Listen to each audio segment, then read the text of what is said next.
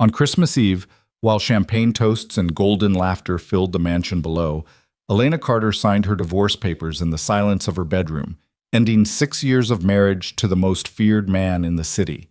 But before she vanished into the snowy night, she left more than just her signature behind. Atop those documents sat a pregnancy test, positive. The child Marcus Vale never knew existed, a truth he would discover too late. Or would he? Stay until the end, hit that like button, and comment your city below so I can see how far this story reaches. The mansion had never felt so cold. Elena Carter stood before the floor-to-ceiling windows of the master bedroom, watching fat snowflakes tumble through the amber glow of streetlights 3 stories below. Behind her, the king-sized bed lay untouched, as it had been for the past 8 months.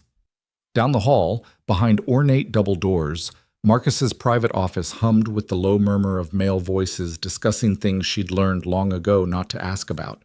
She was a ghost in her own home, a beautiful, expensive ghost.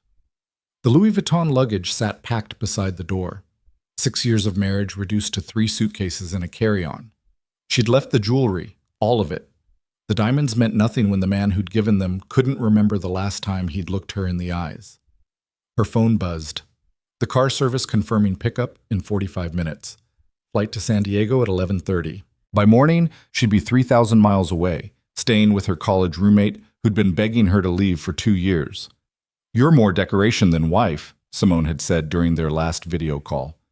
When was the last time he asked how you were? Really asked? Elena couldn't remember. The divorce papers lay spread across the mahogany desk. Marcus's desk, technically, though he hadn't set foot in this bedroom since September. Her signature looked small and lonely on the designated lines. His spaces remained blank. She'd have them served to him tomorrow, once she was safely gone. Confrontation felt impossible. What was there left to say that silence hadn't already screamed? The party below crescendoed. Someone had turned up the music. Feliz Navidad blared through the heating vents. Elena almost laughed. There was nothing feliz about this Navidad. Nothing merry about a marriage ending on the night when the whole world pretended to believe in miracles. She pressed her palm against the cold window glass. Somewhere out there was a life she'd abandoned to become Mrs. Marcus Vale, a teaching degree she'd never used, friends who'd stopped calling after the 3rd declined invitation, a mother who'd died thinking her daughter had found a fairy tale. If only she could have seen the truth.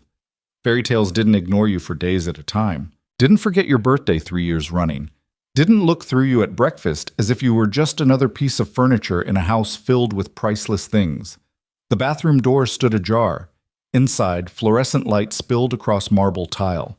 Elena's gaze fixed on the vanity where she'd left it that morning, the pregnancy test with its 2 undeniable pink lines. 3 weeks late, 2 home tests, 1 devastating confirmation. She was carrying Marcus Vale's child, and he didn't even know she existed. The irony tasted bitter. For 4 years she'd wanted this, had imagined telling him over candlelit dinners, watching his face transform with joy. She'd pictured him as a father, imagined their children running through this enormous house, filling it with the warmth it so desperately lacked. But that fantasy required a husband who was present, a man who saw her as more than an obligation managed by his accountant through monthly deposits into her personal account. The money had never mattered. She'd have lived in a studio apartment if it meant having him, the real him, the man she'd fallen in love with 7 years ago at that gallery opening, the one who'd talked about Rothko for an hour, who'd walked her home in the rain, who'd promised her the world and actually meant their world, not this gilded cage. That Marcus was gone. Or maybe he'd never existed. Maybe she'd loved a performance, and the truth was this: a man who built empires in shadow had no room in his heart for anything soft.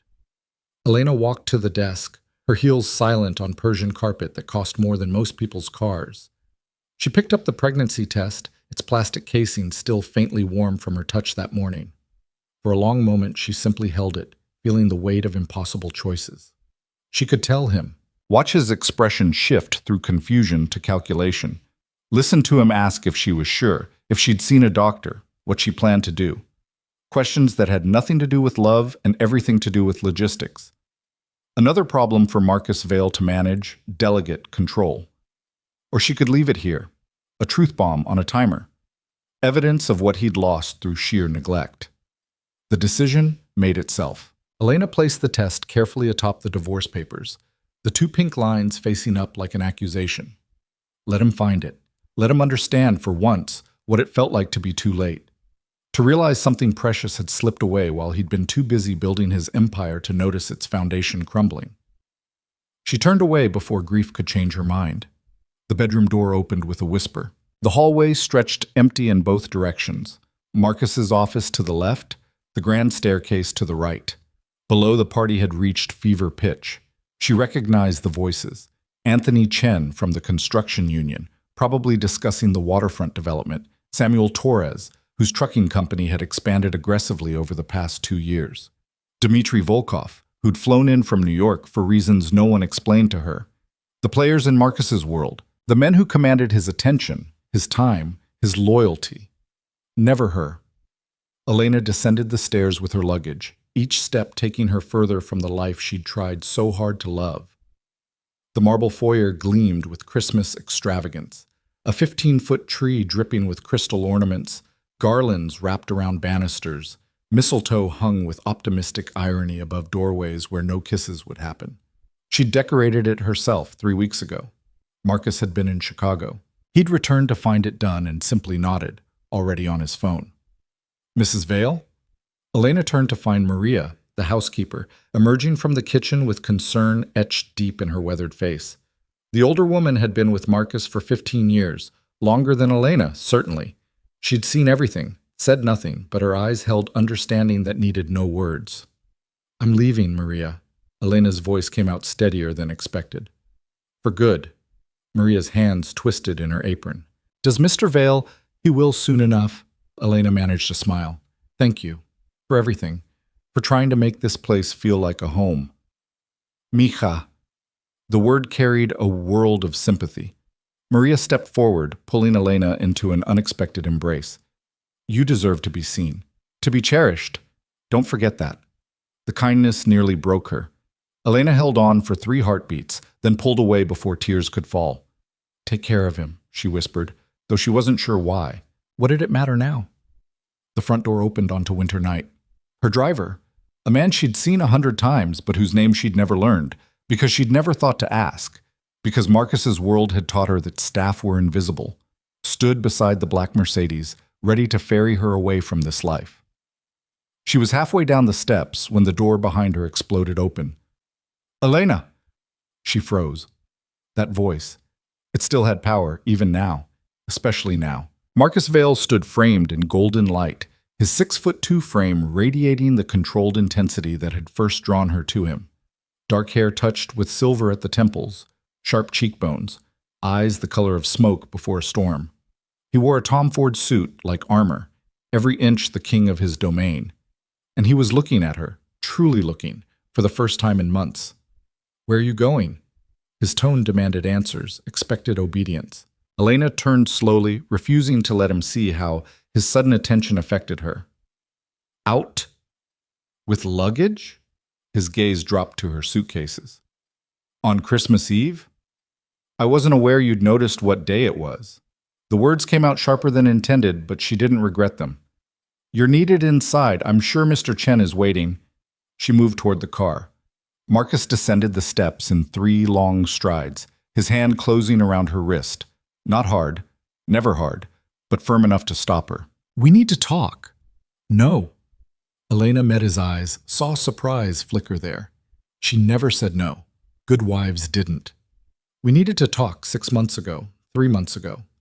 Last Tuesday when I asked you to have dinner with me and you said you had a meeting. We needed to talk every single day you walked past me like I was invisible. That's not... He stopped, recalibrated. Come inside. Whatever this is, we can discuss it like adults. The audacity of it struck her breathless. Like adults? Marcus, I don't think you understand what's happening here. She pulled her wrist free, and he let her go, clearly thrown by her resistance. This isn't a discussion. This is done. What are you talking about? I left the papers on your desk, upstairs. In the bedroom you haven't entered since before Thanksgiving. She watched understanding dawn slowly. I'm filing for divorce. The words hung in the frozen air between them. Behind Marcus, the party continued, oblivious. Anthony Chen's laugh boomed through the open door. Inside that house, business went on. Deals were struck. Empires maintained. Out here, one was crumbling. "You can't be serious!" Marcus's voice dropped to that dangerous quiet that made grown men nervous.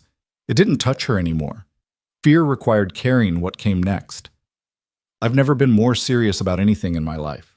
"Elena, listen to me." "No, you listen." The words erupted from somewhere deep, somewhere she'd kept locked down for years. "I loved you. Did you know that? I loved you so much it terrified me. I would have done anything, been anything, gone anywhere. And you—" Her voice cracked, but didn't break. "You treated me like an acquisition, something you won and put on a shelf to admire occasionally when you remembered I existed. That's not fair." "Fair? You want to talk about fair?" She laughed, the sound jagged. "I spent 6 years making excuses for you, telling myself you were busy, that building what you built took sacrifice, that you showed love differently. I lied to myself every single day because admitting the truth meant admitting I'd made a mistake." "This is about the fundraiser last month." Marcus's jaw tightened. "I explained, this is about every event, Marcus. Every dinner party where you introduced me as your wife and then ignored me for 3 hours. Every holiday you worked through. Every anniversary you forgot. Every time you looked through me instead of at me." She felt tears threaten but blinked them back. "This is about coming home to an empty house, even when you're in it." Something shifted in his expression, confusion giving way to something she couldn't quite read. "If you'd told me you were unhappy—" "I told you," the words ripped out. "I told you 100 different ways. I asked for date nights. I suggested we take a vacation. I tried talking about having a family, and you nodded and said soon and after this deal closes, and when things settle down." Her voice steadied into something cold and final. "Things never settle down for you, Marcus. There's always another deal, another crisis, another reason why everything else can wait, including me. I was protecting you." "From what?" "Knowing you, being part of your life." She shook her head. "You don't protect something by locking it away and forgetting about it." The driver had tactfully retreated to the car, giving them space. Snow fell heavier now, catching in Marcus's dark hair, dusting the shoulders of his expensive suit. He looked, Elena realized, genuinely lost, as if the script he'd always followed suddenly made no sense. "Tell me what you need," he said finally. "Whatever it is, I needed you." Simple. Devastating. "I needed a husband, not a ghost. I needed conversation and connection and actual presence. I needed to matter more than your next acquisition." She picked up her carry-on.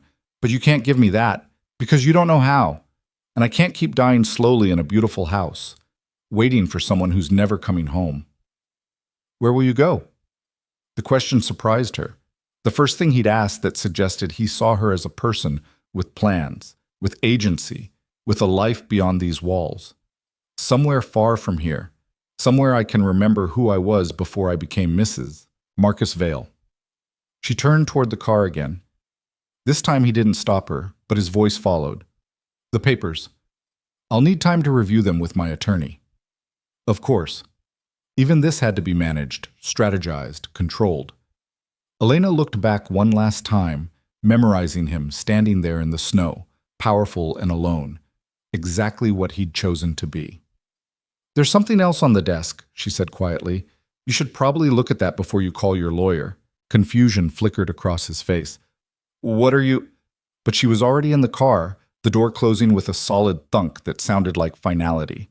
The Mercedes pulled away smoothly, carrying her down the circular driveway, past the fountain she'd always thought was too ostentatious, through the gates that had felt like prison bars for longer than she wanted to admit.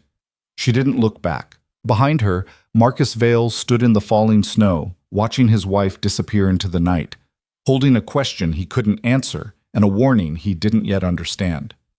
Inside, the party continued. Business called. Dmitry Volkov was waiting to discuss the port situation. Anthony Chen needed a decision on the labor contracts. His empire demanded attention. But for the first time in years, Marcus found himself not caring. He climbed the stairs slowly, each step heavier than the last. The master bedroom door stood open. She'd left it that way deliberately, he realized. An invitation to see what he'd been avoiding. The divorce papers lay exactly where she'd said, spread across his desk in accusatory precision. Her signature looked so final, so determined. He picked up the top page, scanning language he'd seen 1,000 times in other contexts. Irreconcilable differences, division of assets, mutual release of claims. His marriage, reduced to legal boilerplate. Then he saw it. The pregnancy test lay atop the final page like a piece of evidence at a crime scene. 2 pink lines stark against white plastic. Marcus stared at it, his mind refusing to process what his eyes clearly showed. Pregnant. Elena was pregnant, with his child. The papers slipped from his suddenly nerveless fingers, scattering across expensive carpet. Marcus sank into the desk chair, the pregnancy test still in his hand, and felt the careful architecture of his controlled world begin to crack. She'd been carrying his child, walking around this house for how long? Weeks? Knowing she was pregnant and planning to leave, planning to raise their baby alone rather than stay in this marriage one more day. The mathematics of that devastation hit him like a physical blow. She'd chosen anything over staying with him, including single motherhood, including raising their child without his name, his protection, his resources. That's how unbearable he'd made her life. That's how completely he'd failed. Marcus looked around the bedroom with new eyes. The unused bed. The closet still full of her clothes, organized by color. The nightstand on her side where a book lay open, bookmark holding her place in a story he'd never asked about. The fresh flowers in the vase by the window, she'd been putting fresh flowers there every week for 6 years, and he'd never once commented on them. Evidence of a life he'd ignored, a woman he'd taken for granted, a love he'd let wither through sheer neglect. Dios mío. Maria stood in the doorway, her face a map of sorrow. She'd seen the test, understood what it meant. How long have you known? Marcus's voice came out rough. I suspected for a few weeks. She's been tired, emotional, but she didn't tell me. Maria's eyes held reproach. She had no one to tell, Mr. Vale. You made sure of that. The accusation landed clean. He had done exactly that. Insulated her, isolated her, reduced her world to this house and its empty rooms while he built empires that meant nothing if he came home to this silence. She's going to San Diego. Maria's voice softened. To her college friend Simone. The flight leaves at 11:30. Marcus checked his watch, 10:15. 45 minutes if traffic was good, longer in snow. He could make it. Could catch her before she boarded. Could... What? Say what exactly? That he was sorry. Sorry didn't cover 6 years of emotional abandonment. That he'd change? She'd heard that before, probably, in moments he couldn't even remember. That he loved her? When was the last time he'd said it? Meant it with action instead of assumption? What should I do? The question came out desperate, revealing weakness he never showed. But Maria had earned his trust over 15 years. If anyone could tell him the truth, she could. You should ask yourself a different question, Mr. Vale. Maria met his eyes steadily. Not what you should do, but who you want to be. The man who lets her go because it's easier than changing? Or the man who fights for his family, even if he has to burn down everything he built to do it? She left him there, alone with the wreckage of his marriage and the truth he'd been avoiding. Marcus stood, pocketed the pregnancy test, and looked at the divorce papers one more time. Elena's signature, the space where his should go. Downstairs, his associates waited. Anthony Chen needed an answer on the labor situation. Dimitri had flown in specifically for this meeting. Samuel Torres was expecting commitments. His entire network depended on his presence, his decisions, his control. His empire demanded its king, but his wife, his pregnant wife, was walking away. For 6 years, Marcus had chosen the empire. Every time, without question. It had seemed obvious, necessary, the price of the power that protected them both. But standing here in this empty bedroom, holding evidence of the child he'd created and nearly lost, the choice suddenly looked different. The empire had given him everything, and cost him the only thing that actually mattered. Marcus walked to the closet, stripped off the Tom Ford suit, and changed into jeans and a sweater, clothes he wore so rarely that Elena probably didn't remember buying them. He wasn't going to the airport as Marcus Vale, feared kingpin and power broker. He was going as a man trying to save his family. The office door stood open. Inside, voices rose in impatient question. Anthony appeared in the hallway, expression annoyed. "Marcus, we've been waiting." "Cancel it." Marcus headed for the stairs. "What? We can't cancel. Dmitri flew in from... Then he can fly back." Marcus didn't slow down. "Tell everyone the meeting's off. Indefinitely." "You can't be serious. The port situation will wait." Marcus grabbed his keys from the foyer table. "Or it won't. Either way, I'm not handling it tonight." Anthony's face cycled through confusion to understanding to something like concern. "Where are you going?" "To fix the biggest mistake of my life." Marcus pulled open the front door. "If I'm lucky." He left Anthony standing there, mouth open, and climbed into his Aston Martin, the car he'd bought to impress her 7 years ago, the car he hadn't driven in months because he'd been too busy being driven to meetings that suddenly seemed catastrophically unimportant. The engine roared to life. Snow swirled in the headlights. Marcus Vale, who controlled more illicit territory than any man in 3 states, who made decisions that affected thousands of lives, who'd built an empire on calculated risks and perfect timing, pressed the accelerator and drove into the night with absolutely no plan beyond one desperate truth. He couldn't let her go. He wouldn't. Not without a fight. Not without proving that somewhere underneath the king he'd become, the man she'd fallen in love with still existed. Not without showing her that this time, finally, devastatingly too late, but still, he was choosing her. The airport loomed ahead, bright and bustling with holiday travelers. Marcus abandoned his car in a no-parking zone, threw money at a startled attendant, and ran through automatic doors into chaos and crowds, and the last chance he had to save his marriage. Gate 47, San Diego, 11:30 departure. He had 15 minutes. The airport terminal pulsed with the frantic energy of holiday travel. Families clustered around departure boards, children whining about delays, couples arguing over gate numbers. The PA system crackled with announcements in 3 languages. Somewhere a baby screamed. Christmas music played tinnily through overhead speakers, competing with the roar of jet engines beyond plate glass windows. Marcus pushed through the crowd, his height giving him advantage as he scanned faces, searching for the only one that mattered. Gate 47 sat at the far end of Terminal B, a quarter-mile of polished floor, and humanity between him and his last chance. His phone buzzed insistently. Anthony, then Dmitri, then Samuel, the Empire calling, demanding attention, furious at being abandoned mid-negotiation. Marcus silenced it without looking. The security line snaked back 50 yards, families loaded down with wrapped presents and oversized carry-ons. No time. Marcus spotted a TSA supervisor, a middle-aged woman with sharp eyes and the kind of expression that suggested she'd seen everything twice. "I need to get through," he said, not bothering with pretense. "My wife is leaving. Gate 47. I have 15 minutes. The supervisor looked him up and down, jeans, sweater, desperation bleeding through every pore. "You got a ticket?" "No." "Then you can't."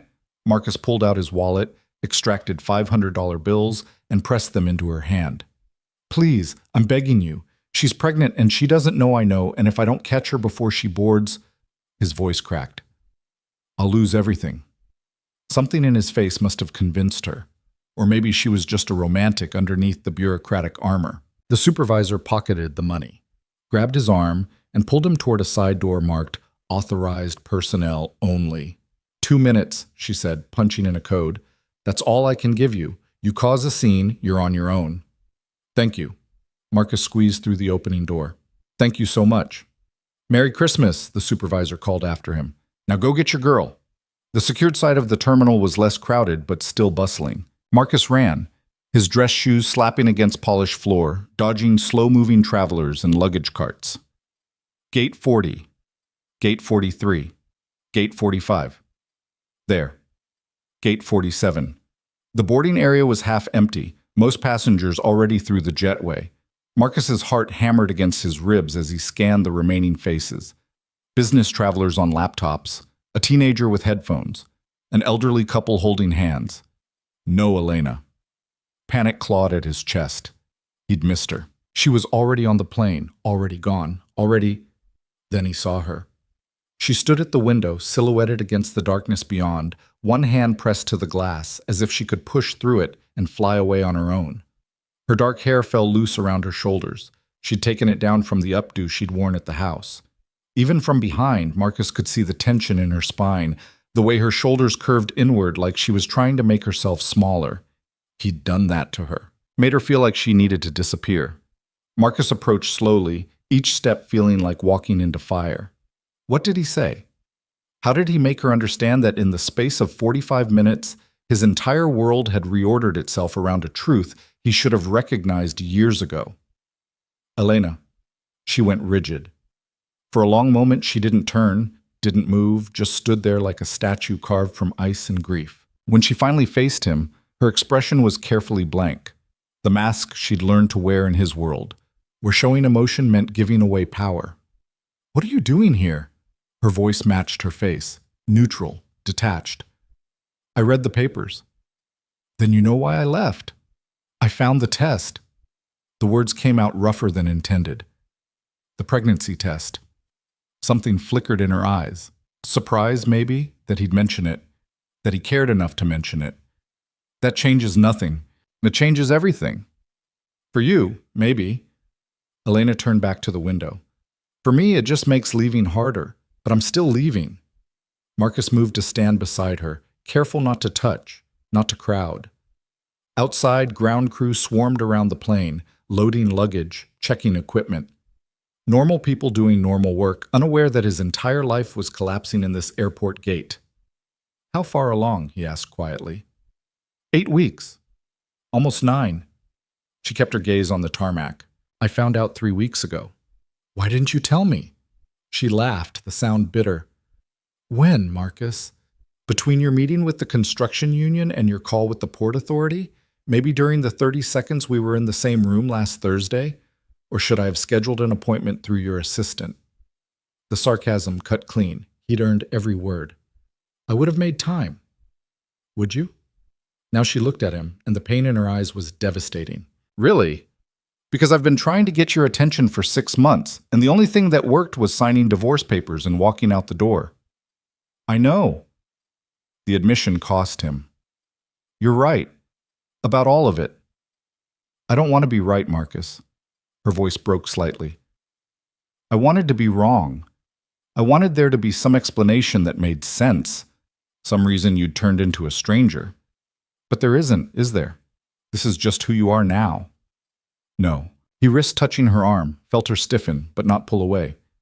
This is who I became, but it's not who I have to be. People don't change. They do if they have a reason. Marcus turned her gently to face him, relieved when she didn't resist. You're my reason. You and...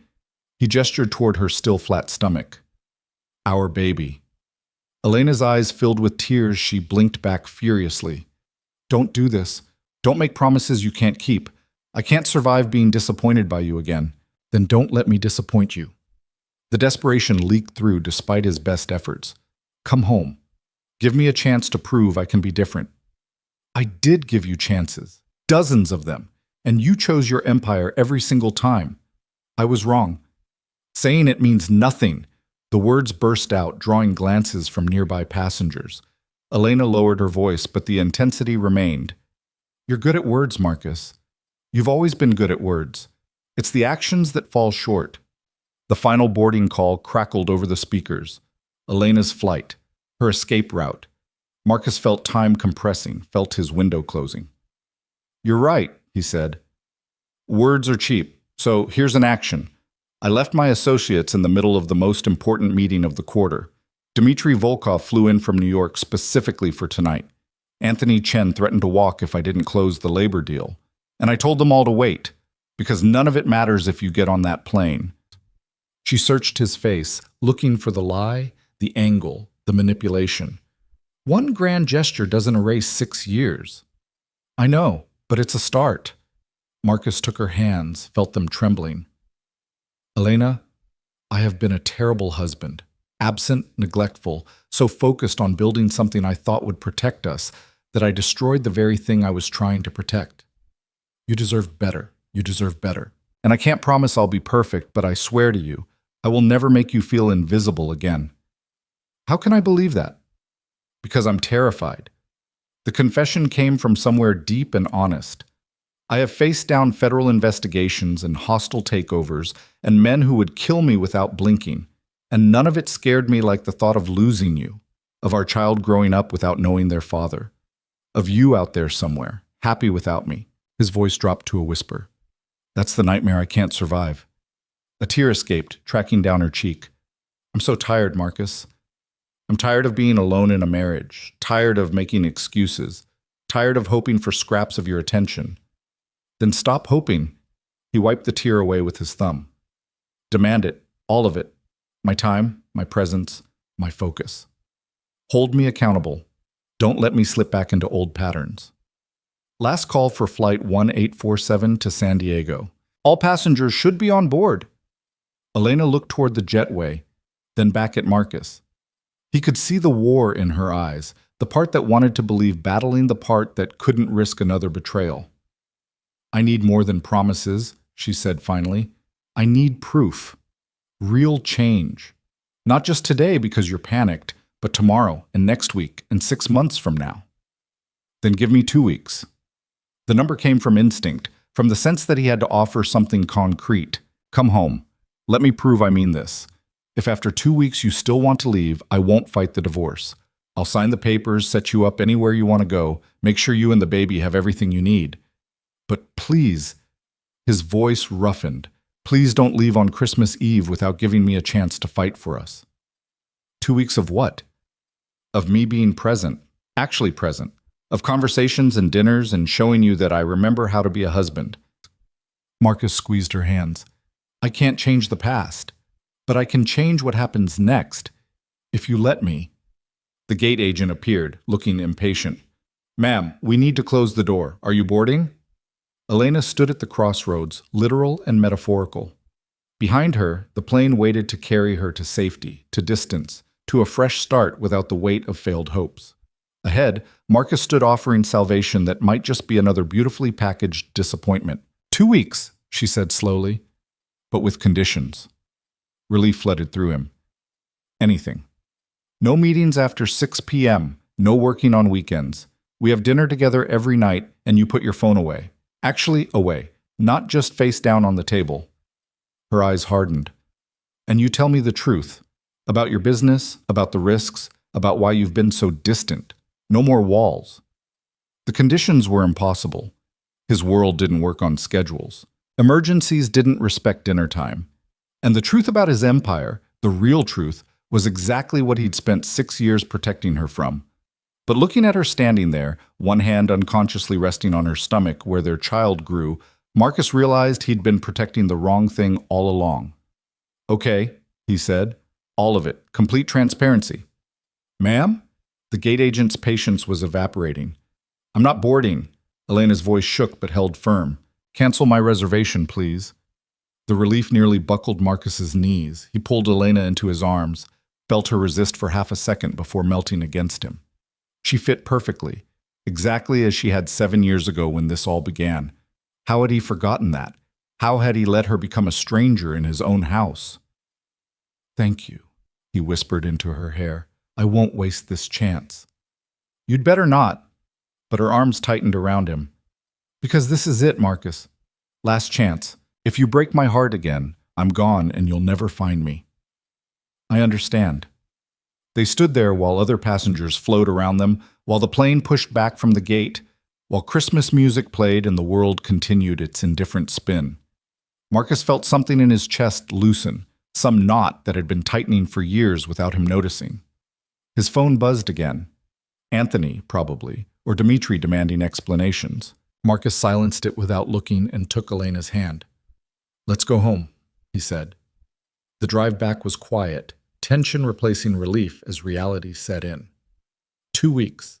He'd bought himself 2 weeks to prove he could be the man she needed.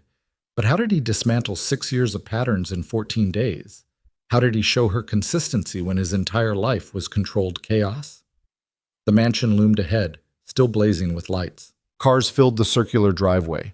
His associates hadn't left, Marcus realized. They were waiting, probably furious, definitely confused about why their normally unshakable leader had abandoned them mid-deal. Elena noticed too. "Your meeting. Can wait." Marcus parked the Aston Martin, came around to open her door. "You're more important." They flew in from... I don't care if they flew in from Mars. He helped her out, kept hold of her hand. "I meant what I said. No meetings after 6. It's almost midnight. They shouldn't be here." Inside, the foyer was empty, but voices carried from the study. Marcus led Elena toward the stairs, hoping to avoid confrontation, but Anthony emerged before they could escape. "There you are!" Anthony's voice was tight with controlled anger. "We've been waiting for 3 hours. Dimitri is furious. Samuel left. The port situation is about to..." "Anthony," Marcus cut him off. "I apologize for the disruption, but the meeting is canceled. Permanently." "What are you talking about? We can't..." "Yes, we can." Marcus positioned himself between Anthony and Elena. "Whatever you need decided can wait until Monday, until business hours, until I'm not trying to save my marriage." Anthony's gaze flicked to Elena, understanding dawning. "This is about her? Marcus, be reasonable. The waterfront development alone is worth nothing." The word came out flat and final. "It's worth nothing if I lose her. So you can wait, or you can walk. Your choice." The silence stretched. Anthony had been with Marcus for 8 years, since the early days when the empire was just ambition and careful planning. They'd built this together, made decisions that affected thousands of lives, created something that ran on precision timing and absolute commitment, and Marcus was threatening to blow it all up for a woman.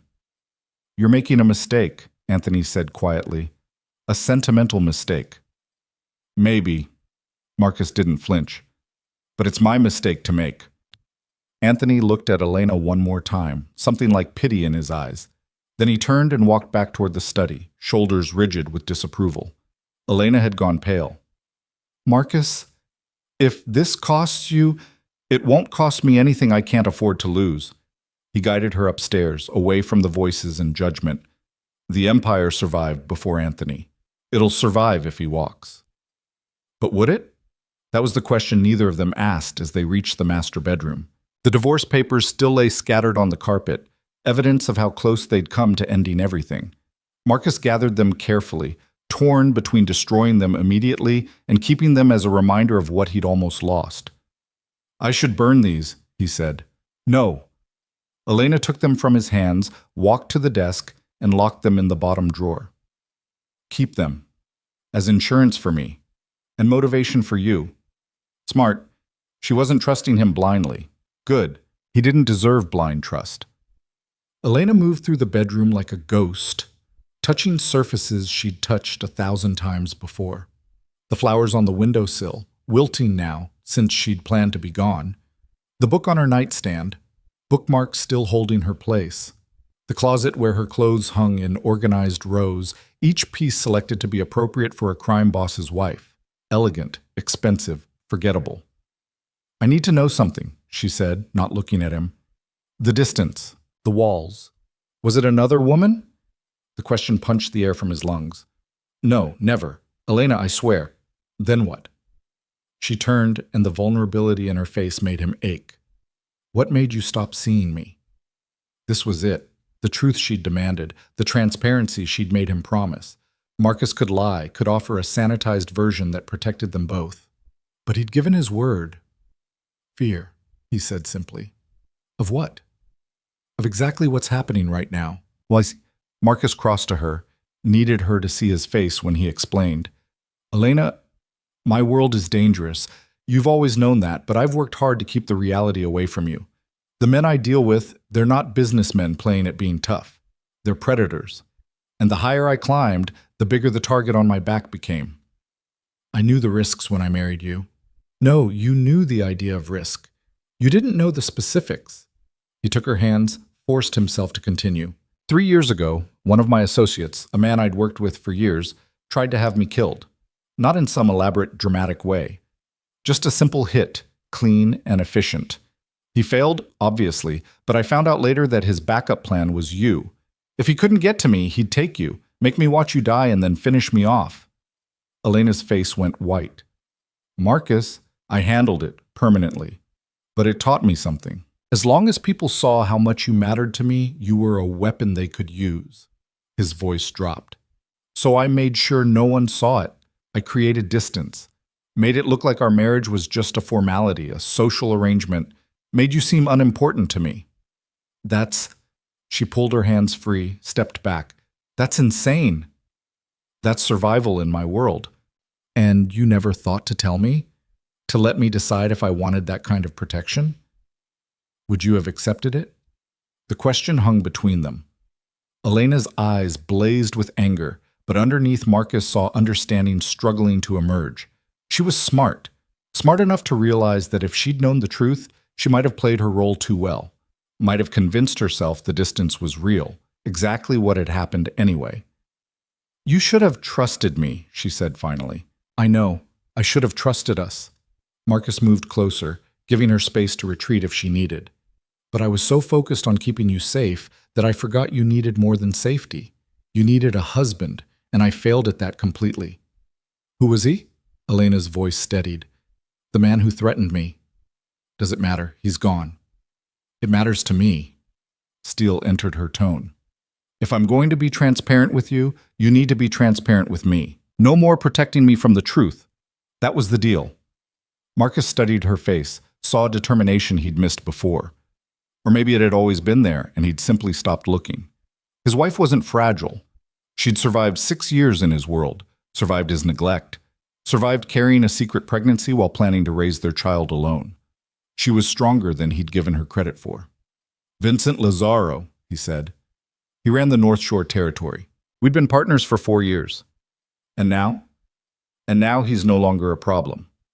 The flatness in Marcus's voice told her everything she needed to know. That's the world I live in, Elena. That's what I've kept you away from. She absorbed this, her hand moving unconsciously to her stomach. Our baby. Will they be a target too? Not if I do this right. Marcus had been thinking about this since the moment he'd seen that pregnancy test. I'm going to start transitioning out, legitimizing the empire, or at least my part in it. It'll take time, maybe a year, maybe 2, but I can build something that doesn't make our child a weapon against me. That's possible? It has to be. He reached for her, was grateful when she didn't pull away. Because I won't raise my kid the way I was raised. Always looking over my shoulder, never trusting anyone, building walls so high that I forget how to let people in. Elena leaned into him, exhaustion finally catching up. This is a lot to process. I know. And we don't have to solve it all tonight. Marcus guided her toward the bed. Right now you need rest. You're carrying our baby. That matters more than my empire or Vincent Lazaro's ghost or any of it. She kicked off her shoes, suddenly looking fragile in a way that terrified him. I'm still angry at you. You should be. And I don't fully trust you yet. I'll earn it back. 2 weeks, Marcus. She met his eyes. That's what you promised. But I need you to understand, I'm not measuring grand gestures. I'm measuring consistency. The small moments. Whether you remember to ask about my day, whether you're actually present when we're in the same room. I understand. Elena crawled under the covers, still fully dressed. Marcus hesitated, unsure where he fit in this new dynamic. For 8 months, he'd slept in the guest room, maintaining the distance he'd thought kept her safe. But now, stay, she said quietly. Not because everything's fixed, but because I don't want to be alone tonight. He changed quickly and slid into bed beside her, careful to maintain space, to respect boundaries. But Elena surprised him by curling against his side, her head on his chest, exactly as she'd done 7 years ago when they'd first fallen in love. Marcus wrapped his arm around her, felt her breathing slow and steady. Outside, the Christmas party had finally ended. Voices faded, car engines started and pulled away. Dimitri and Anthony and all the rest, leaving with their questions unanswered and their deals undone. For the first time in 6 years, Marcus didn't care. His phone buzzed one last time. He picked it up, saw Anthony's name, and made a decision that would have been impossible 24 hours ago. He powered it down completely and set it on the nightstand, face down. In the morning, there would be consequences. Angry associates, missed opportunities, the empire demanding attention it wouldn't receive. But morning was hours away. Right now, Elena slept in his arms, their baby growing inside her, and his marriage balanced on a knife's edge between salvation and collapse. Marcus closed his eyes and felt something he hadn't experienced in years. Hope. Maybe he could do this. Maybe 2 weeks would be enough to prove himself. Maybe the man Elena had fallen in love with wasn't completely lost underneath the empire builder he'd become. Or maybe he was fooling himself. Maybe patterns carved over 6 years couldn't be broken in 14 days. Maybe she'd wake up remembering all the reasons she'd signed those divorce papers in the first place. The uncertainty should have terrified him. Instead, lying there in the darkness with his wife's steady breathing anchoring him to something real, Marcus felt the first stirrings of peace. He'd spent 6 years choosing power over presence, building an empire while his marriage crumbled, protecting Elena from external threats while becoming the biggest threat to her happiness himself. But she was here, still giving him a chance he absolutely didn't deserve. He wouldn't waste it. Outside, snow continued falling on Christmas morning, blanketing the city in white. Inside the mansion where business deals were normally negotiated and empires maintained, a different kind of transformation began. Quieter, more fragile, but infinitely more important. Marcus Vale, who'd built his life on control and careful calculation, surrendered to something he couldn't manage or manipulate. The terrifying vulnerability of loving someone more than power, more than safety, more than the empire he'd sacrificed everything to build. And for the first time in years, he fell asleep not as a king, but as a man trying desperately to become worthy of the second chance he'd been given. Marcus woke to unfamiliar sunlight streaming through bedroom windows he hadn't looked at in months. For a disoriented moment, he couldn't place what felt different. Then awareness crystallized. Elena's warmth beside him, her breathing soft and steady, one hand resting protectively over her stomach, even in sleep. Christmas morning. The first in 6 years he hadn't woken alone. His phone sat dark and silent on the nightstand where he'd left it powered down. The urge to check it was instinctive, overwhelming. 8 hours of messages probably waited, crises that needed managing, associates demanding explanations. His thumb hovered over the power button. Don't. Elena's voice, still rough with sleep. She hadn't opened her eyes. You promised. Marcus set the phone down. I wasn't going to. Yes, you were. Now she looked at him, and despite the softness of morning, her gaze was sharp. I could feel you thinking about it. He had no defense because she was right. 6 years of habits didn't evaporate overnight. Sorry. Don't apologize. Just don't do it. Elena sat up, pushing dark hair from her face. What time is it? Almost 9. That late? She looked surprised. I never sleep past 7. You were exhausted. Marcus resisted the urge to reach for her. You and the baby needed rest. The mention of their child brought Elena's hand to her stomach again, a gesture he suspected she didn't realize she was making. I should see a doctor. Get proper prenatal care. I've been taking vitamins, but I haven't had an actual appointment yet. We'll find the best OB/GYN in the city. Marcus sat up, mind already cataloging specialists. I can make some calls. Marcus. He stopped, caught himself. Right, no business mode. What do you want to do? I want to have breakfast with my husband. Elena slid out of bed, still wearing yesterday's clothes. Like normal people, and then maybe we can figure out the doctor situation together. Together. Such a simple word, but it landed with weight. Marcus nodded, following her lead. Downstairs, Maria had already prepared coffee and set out pastries despite the holiday. She took one look at them entering the kitchen together, really together, not just occupying the same space, and her weathered face creased into a smile that held relief and hope in equal measure. Merry Christmas, she said softly. Coffee, Mrs. Vale? Elena hesitated. Actually, do we have decaf? I should probably... Of course. Maria was already moving, pulling a different container from the cabinet. I bought some last week, just in case. The knowing look she gave Elena suggested the housekeeper had suspected the pregnancy before anyone else. Marcus felt a pang of guilt so sharp it stole his breath. Everyone in his household had been more attuned to his wife's condition than he had. They sat at the kitchen island rather than the formal dining room, Elena's choice, and Marcus understood why. The dining room was where they'd hosted dozens of business dinners, where deals were made and alliances formed. The kitchen was simpler, more intimate, A place where a marriage might actually exist instead of just being performed. Tell me about the baby, Marcus said, wrapping his hands around his coffee mug to keep from checking his phone. What's it been like? The pregnancy? Elena stirred cream into her decaf, considering. Terrifying, mostly. I found out 3 weeks ago. Like I said, I took 4 tests because I couldn't believe it. We'd been so careful, and then when nothing happened for years, I assumed... She stopped. Well, I assumed you didn't want children with me. The accusation was matter of fact, no heat behind it, which somehow made it worse. That was never true. How was I supposed to know? We never talked about it. Every time I brought up the future, you changed the subject. Because talking about the future meant admitting how badly I was handling the present. Marcus set down his mug. I know that's not an excuse. I'm just trying to explain. So explain. Elena met his eyes. You said you'd be transparent. Start now. Why did bringing up kids make you uncomfortable? The honest answer required excavating things Marcus had buried deliberately. But he'd promised, and promises to Elena suddenly felt sacred in a way business commitments never had. My father was a violent drunk who beat my mother until she stopped fighting back, he said quietly. I was 12 when she finally left, took my sister and disappeared in the middle of the night, left me behind because I reminded her too much of him. He watched Elena's expression shift to horror. So when you talked about having children, all I could think about was that cycle. That maybe violence and absence were genetic. Maybe I'd turn into him no matter how hard I tried not to. Marcus, I know it's irrational. Intellectually, I know that. But emotionally? He shook his head. I was terrified of becoming a father because I had no idea how to be a good one.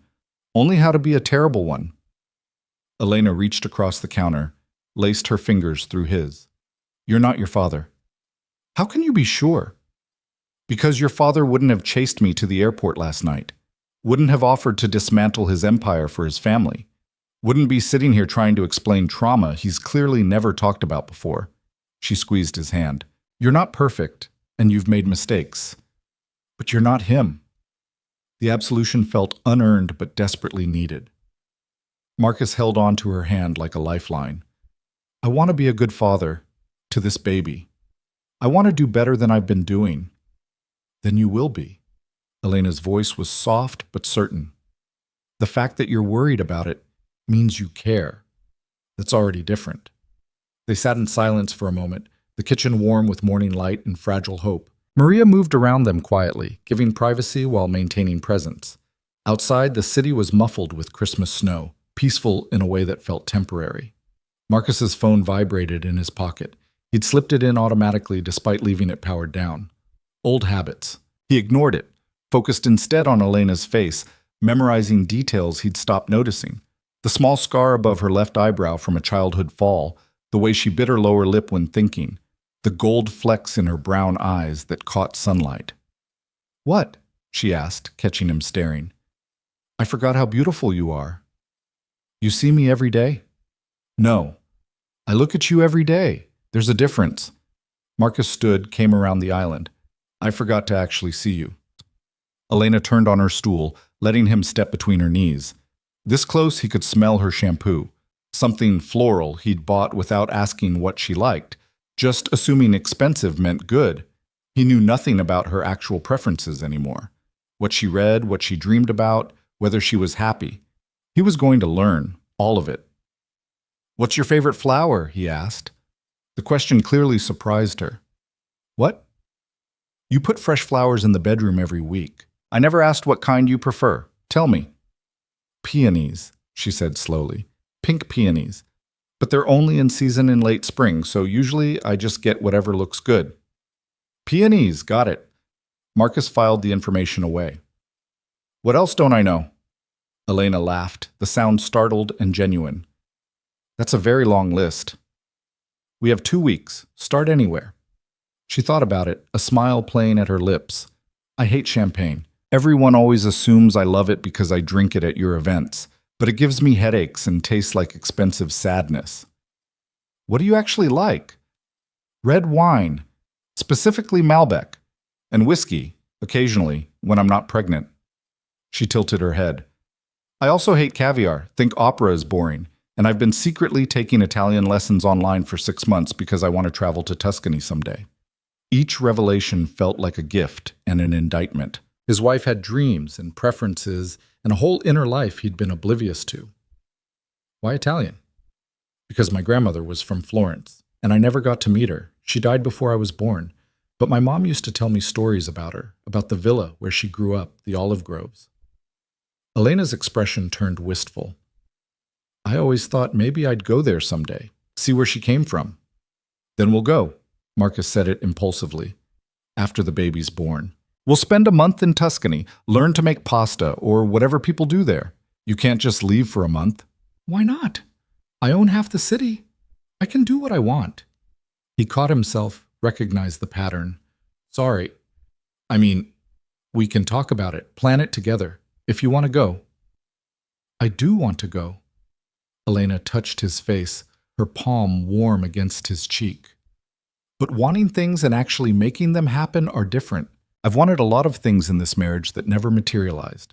The hurt in her voice was quiet but unmistakable. Marcus covered her hand with his. Name them. All the things you wanted. Let me try to give them to you now. It's not about gifts, Marcus. It's about presence. About you actually being here. Not just physically, but emotionally.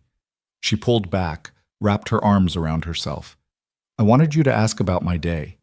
To remember things I told you. To notice when I was sad or stressed or lonely. I wanted to matter more than your next deal. You did matter. You do. Then why did I feel invisible? The question hung between them, unanswerable except through action. Words had failed them too many times.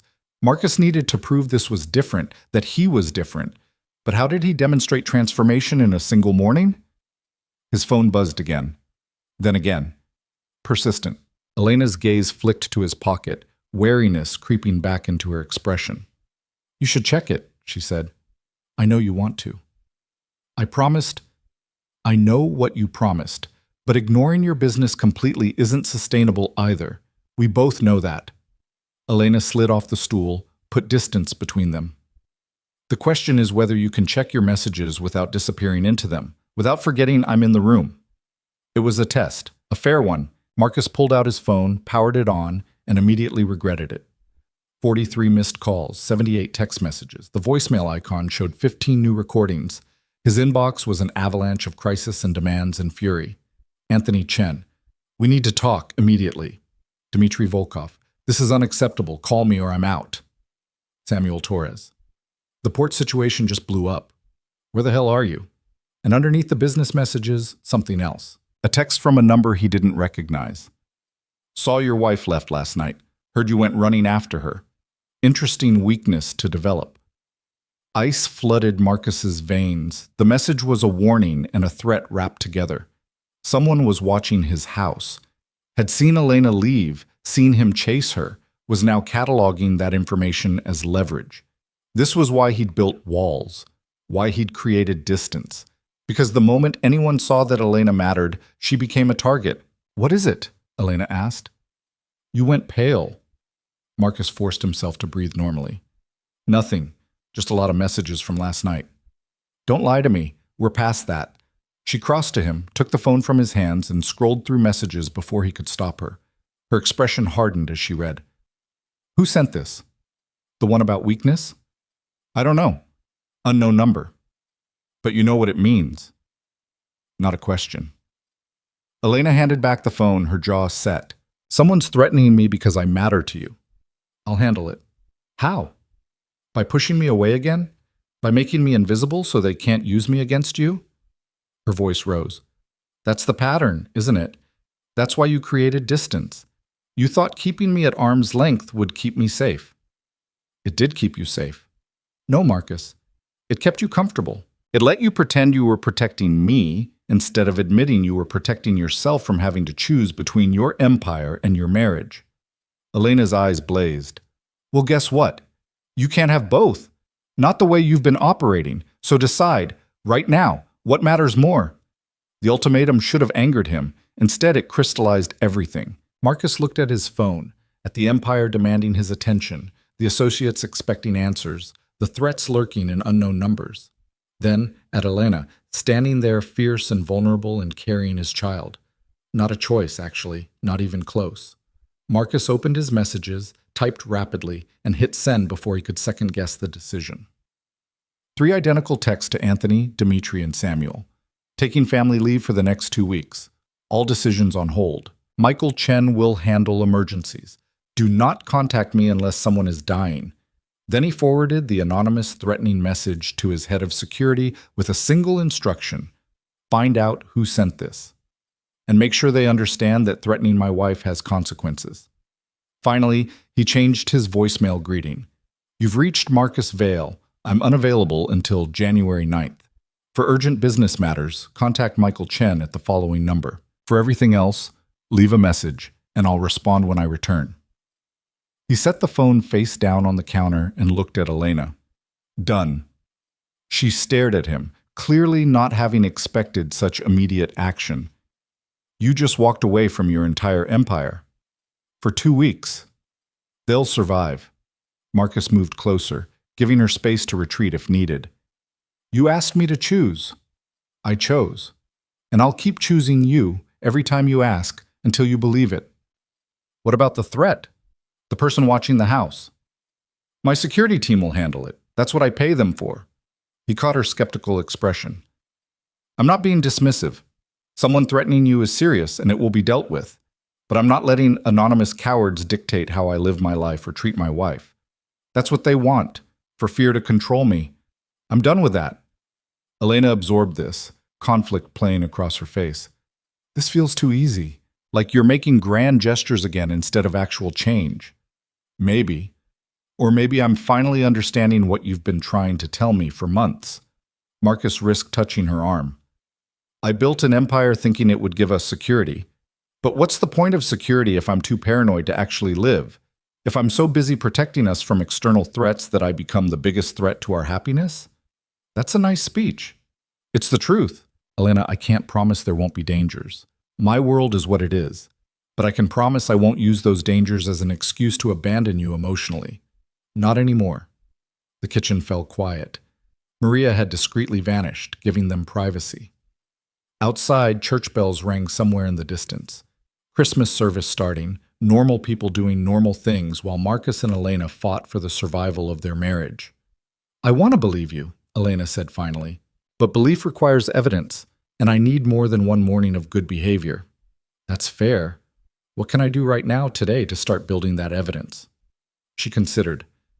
Take me to see a doctor. Not the fanciest specialist money can buy. Just a good OBGYN who can confirm everything's okay with the pregnancy. And you come with me. Not because you're managing the situation, but because you're an actual partner in this. Okay? I'll make calls. He stopped. Sorry. You make the calls. Choose the doctor you want. I'll just be there. A small smile ghosted across Elena's face. That's a start. And tonight, I want you to cook dinner with me. Actually cook, not just watch. We're going to make something together and eat it at that kitchen table. And you're going to tell me more about your childhood and your sister and all the things you've never talked about. The vulnerability required in that request made Marcus's chest tight, but he'd promised transparency. Deal. Though fair warning, my cooking skills are limited to scrambled eggs and toast. Then we'll make something simple. Elena's expression softened slightly. This isn't about perfection, Marcus. It's about trying, about showing up. I can do that. He hoped it was true. They spent the rest of Christmas morning in careful reconstruction. Elena called 3 different medical practices before finding one with a doctor she liked the sound of. A woman named Dr. Sarah Patel, who specialized in high-risk pregnancies and had availability the day after Christmas. Marcus sat beside her during the call, listening, learning not to interject or manage. Afterward, they walked through the mansion together, and Marcus saw it through Elena's eyes, beautiful and cold. A showpiece rather than a home. Every room designed to impress, none designed for comfort. No wonder she'd felt like a ghost here. What would you change? He asked. If this place was actually yours, what would make it feel like home? Elena looked around the cavernous living room with its leather furniture and abstract art. I'd get rid of half this stuff, add things that actually mean something, photos maybe. books we've read, things that tell a story instead of just looking expensive. Then let's do it. After the 2 weeks, assuming you stay, he caught her warning glance. When you decide to stay, we'll redecorate however you want. Make this place ours instead of mine. They ended up in Marcus's office, the nerve center of his empire. Floor-to-ceiling windows overlooked the city. Mahogany desk, leather chairs, walls lined with filing cabinets containing documentation of every deal he'd ever made. Elena had been in here exactly twice in 6 years, both times looking for him when emergencies arose. "I hate this room," she said bluntly. "It feels like a fortress, like you built walls inside walls to keep everyone out." She wasn't wrong. Marcus had designed this space specifically to intimidate, to project power, to remind visitors who controlled what. But it had also served as his hiding place, the room he retreated to when marriage felt complicated and business felt simple. What if we got rid of it? The words came out before he'd fully thought them through. Turn it into something else. A nursery maybe, or just a normal room where normal things happen. Elena's eyes widened. "You'd give up your office." "I can work from anywhere. Hell, I can work from the kitchen table if needed. This room," he gestured at the fortress he'd built. "This represents everything I'm trying to move away from. Maybe it's time to let it go." "One step at a time," Elena cautioned.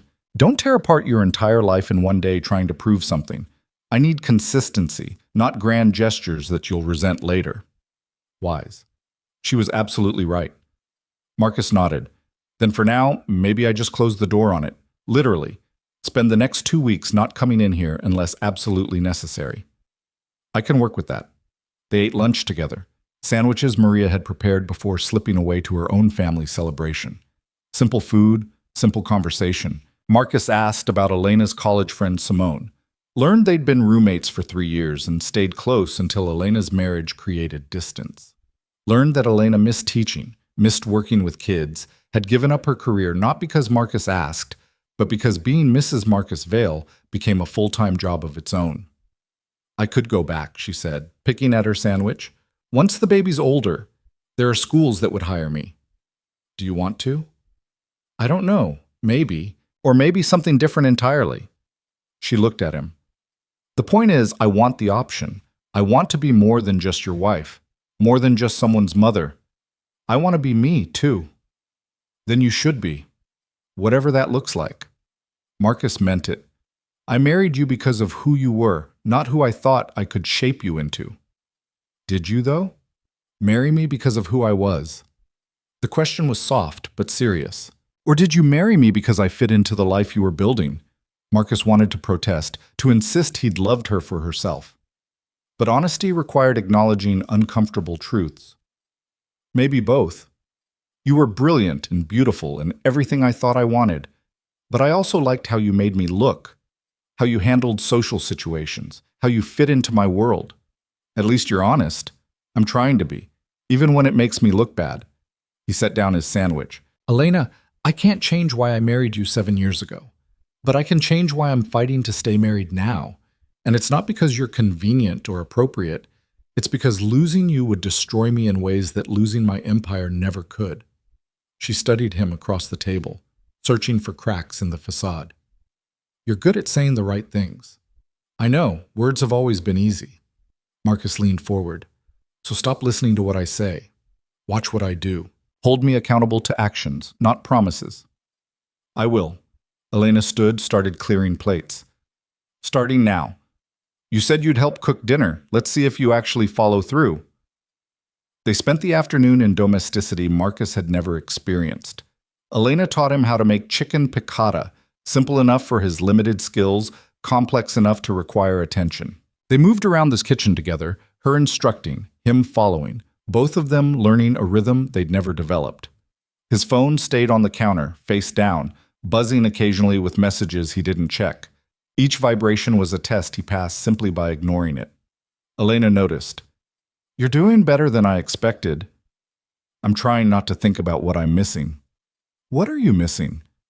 "Anthony's probably having an aneurysm. Dimitri's definitely on a plane back to New York, furious. Samuel's scrambling to handle the port situation without my input." Marcus sliced lemons with careful attention.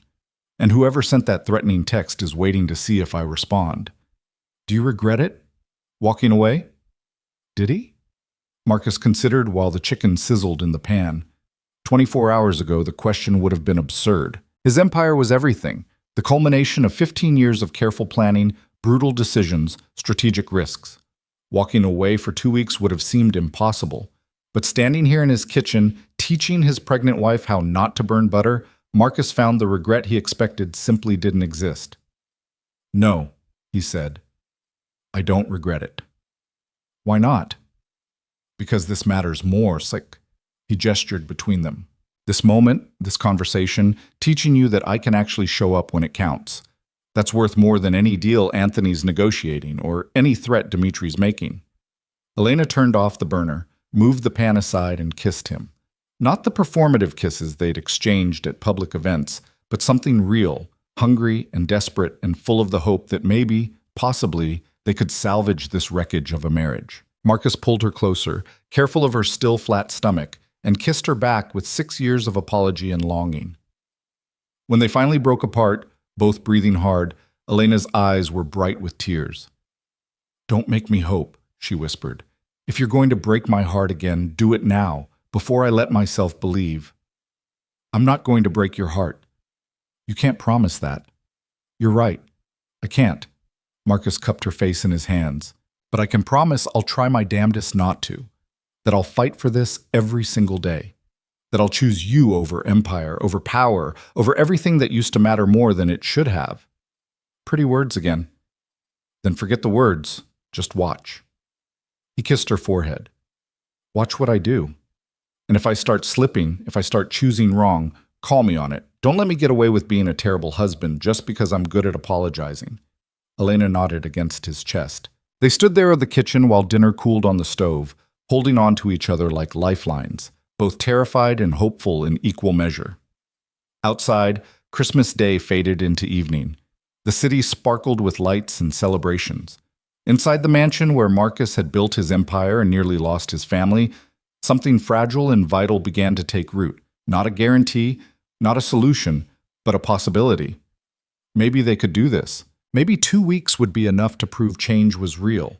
Maybe love could survive 6 years of neglect and bloom again into something stronger. Or maybe Marcus was fooling himself. Maybe the empire would demand its due. Maybe the threats lurking in anonymous messages would escalate. Maybe Elena would realize that hoping was easier than actually trusting, and that past patterns predicted future behavior more accurately than present promises. But for tonight, they had chicken piccata and quiet conversation, and the simple miracle of being together in the same room without walls between them. It was a start. And sometimes Marcus was learning starts were all you got. The rest required showing up every single day after and proving the start wasn't just performance. He was ready to try. He had to be. Because the alternative, losing Elena and their child, going back to empty rooms and hollow victories, was no longer something he could survive. The empire could burn. His marriage would not. Not again. Not if he had anything to say about it. The first week passed in a careful dance of reconstruction. Marcus kept his phone silenced during meals, asked Elena about her day every evening, and slowly learned the rhythms of a marriage he'd abandoned years ago. But on the 8th day, reality shattered their fragile peace. Elena woke at 3 in the morning to an empty bed and the sound of Marcus's voice drifting up from downstairs. Not the casual conversation they'd been building, but the clipped, dangerous tone he used when someone had crossed a line. She found him in the kitchen, phone pressed to his ear, his free hand braced against the counter like he needed the support. The tension radiating from his shoulders made her stomach clench. I don't care what he thinks he knows, Marcus said quietly. You make it clear that if he comes within 100 yards of this house, he won't live long enough to regret it. Elena's breath caught. Marcus's gaze snapped to her, and something like guilt flickered across his face before he could hide it. Handle it, he said into the phone, then ended the call. The silence stretched between them, heavy with everything he'd promised to share and was clearly about to withhold. Who was that? Elena asked. My head of security. At 3 in the morning. It's his job to call when situations develop. Marcus set the phone down carefully. Go back to bed. It's nothing you need to worry about. The dismissal was automatic, reflexive, exactly the pattern they'd been trying to break. Elena felt something cold settle in her chest. That's not how this works anymore, she said. You don't get to decide what I need to worry about. We agreed. Transparency. Marcus's jaw tightened. Some things are better left. No. She cut him off, moving closer. We're not doing this. You don't protect me by keeping me in the dark. That's how we got here in the first place. He studied her face, conflict playing across his features. The old Marcus would have shut down, walked away, created distance. Elena watched him fight that instinct, saw the moment he chose differently. Vincent Lazzaro's brother is making threats, he said finally. Carlo Lazzaro. He blames me for Vincent's death and he's been tracking our movements for the past week. The anonymous text on Christmas was his. So were 3 others I didn't tell you about. Elena's blood went cold. You didn't think I should know someone's been threatening us? I was handling it. By lying to me? By keeping secrets after you promised no more walls? Her voice rose despite her efforts to stay calm. What else haven't you told me? Marcus ran a hand through his hair, exhaustion evident in every line of his body. Carlo made contact with a federal agent, someone who's been trying to build a case against me for 2 years. He's offering testimony in exchange for immunity and witness protection. Testimony about what? Everything. The empire, the deals, the people I've worked with, things that could send me to prison for the rest of my life. He met her eyes. Things that could make you an accessory if you knew about them. The kitchen felt too small suddenly, the air too thin. Elena backed against the counter, one hand instinctively covering her stomach. So you've been keeping me ignorant to protect yourself legally. To protect you. Marcus moved toward her, stopped when she flinched. Elena, if you don't know details, you can't be charged. That's why I've always lied to me? Always kept me in the dark? She laughed bitterly. I thought we were past this. I thought you understood that I can't be your partner if you're hiding half your life from me.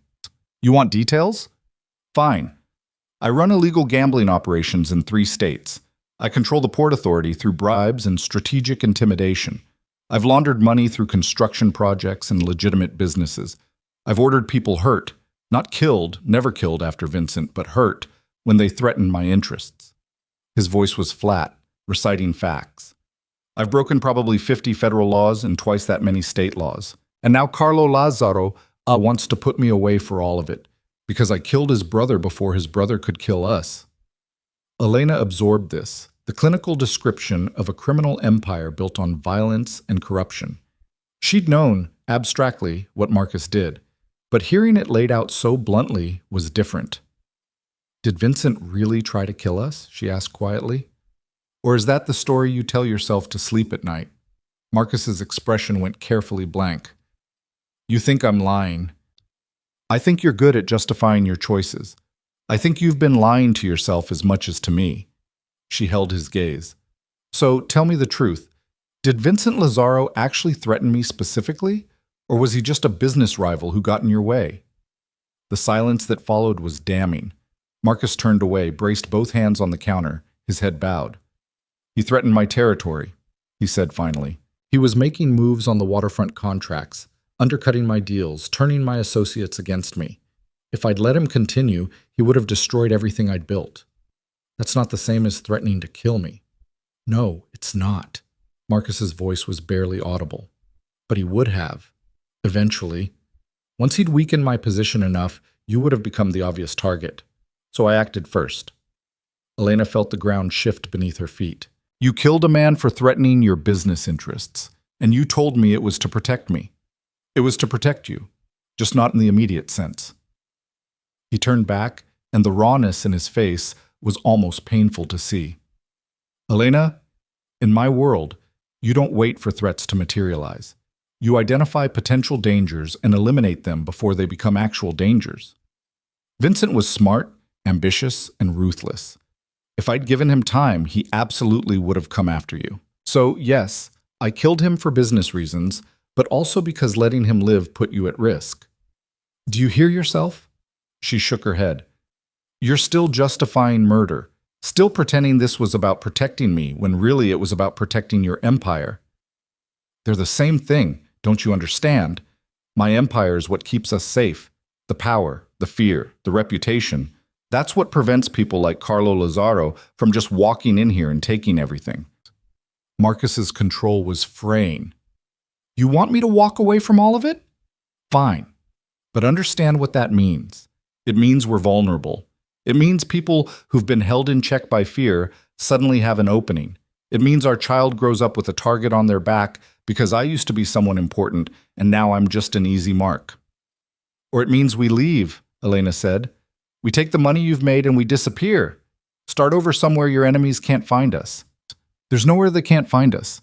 You think witness protection works? Ask the 17 people who've disappeared from it over the past decade how safe they felt. He moved closer, his intensity almost overwhelming. I know you want simple answers. Walk away from the empire, be a normal family, live happily ever after. But that's not reality. Reality is that I've made enemies who will spend years hunting me if I show weakness. And running is the biggest weakness I could show. Elena felt tears building but refused to let them fall. Then what are we doing here, Marcus? What's the point of these 2 weeks if nothing can actually change? Everything can change, just not overnight. He reached for her hands, and this time she let him take them. I'm working on legitimate transitions, clean businesses that can replace the dirty ones, deals that don't require violence or corruption. But it takes time to build that without leaving us exposed. How much time? I don't know. A year, maybe 2. Depends on how cooperative my associates are with the transition. He squeezed her hands. But I'm doing it, Elena. For you and for our baby. I'm building an exit strategy that doesn't get us all killed. She wanted to believe him, desperately wanted to believe that change was possible, that the man she'd loved 7 years ago could somehow emerge from the criminal he'd become. But trust, once shattered, didn't reassemble easily. What about Carlo Lazzaro? She asked. What happens with him? Marcus hesitated. My security team is handling it. That's not an answer. Are you going to kill him too? No. The word came quickly, firmly. That would just escalate things, make his family's vendetta worse. Besides, he stopped, seemed to reconsider what he was about to say. Besides what? Besides, I promised you I'd stop choosing violence first, that I'd find other solutions. Marcus's voice softened. So we're approaching this differently. Federal agents watching him means I can't touch him directly, but I can make him irrelevant. Can offer the FBI bigger fish in exchange for leaving me alone. I've already got Michael working on deals that would satisfy their investigation without actually implicating me in anything they can prosecute. You're going to turn on your own people? I'm going to give them information on operations I'm already shutting down, organizations that are transitioning away from me anyway. Yes, some people might face charges, but they're people who've been breaking our agreements, cutting side deals, becoming liabilities. He met her eyes. I'm not a saint, Elena. I'm never going to be. But I'm trying to be better than I was. The moral complexity made her head spin. Marcus was still manipulating, still calculating, still operating in shades of gray that most people never touched. But he was doing it, he claimed, to build them a way out. I need to think, she said, about all of this, about whether I can actually live with who you are versus who you're trying to become. That's fair. Marcus released her hands. Take the time you need. Ask me anything. I won't lie anymore. Promise me something. Anything.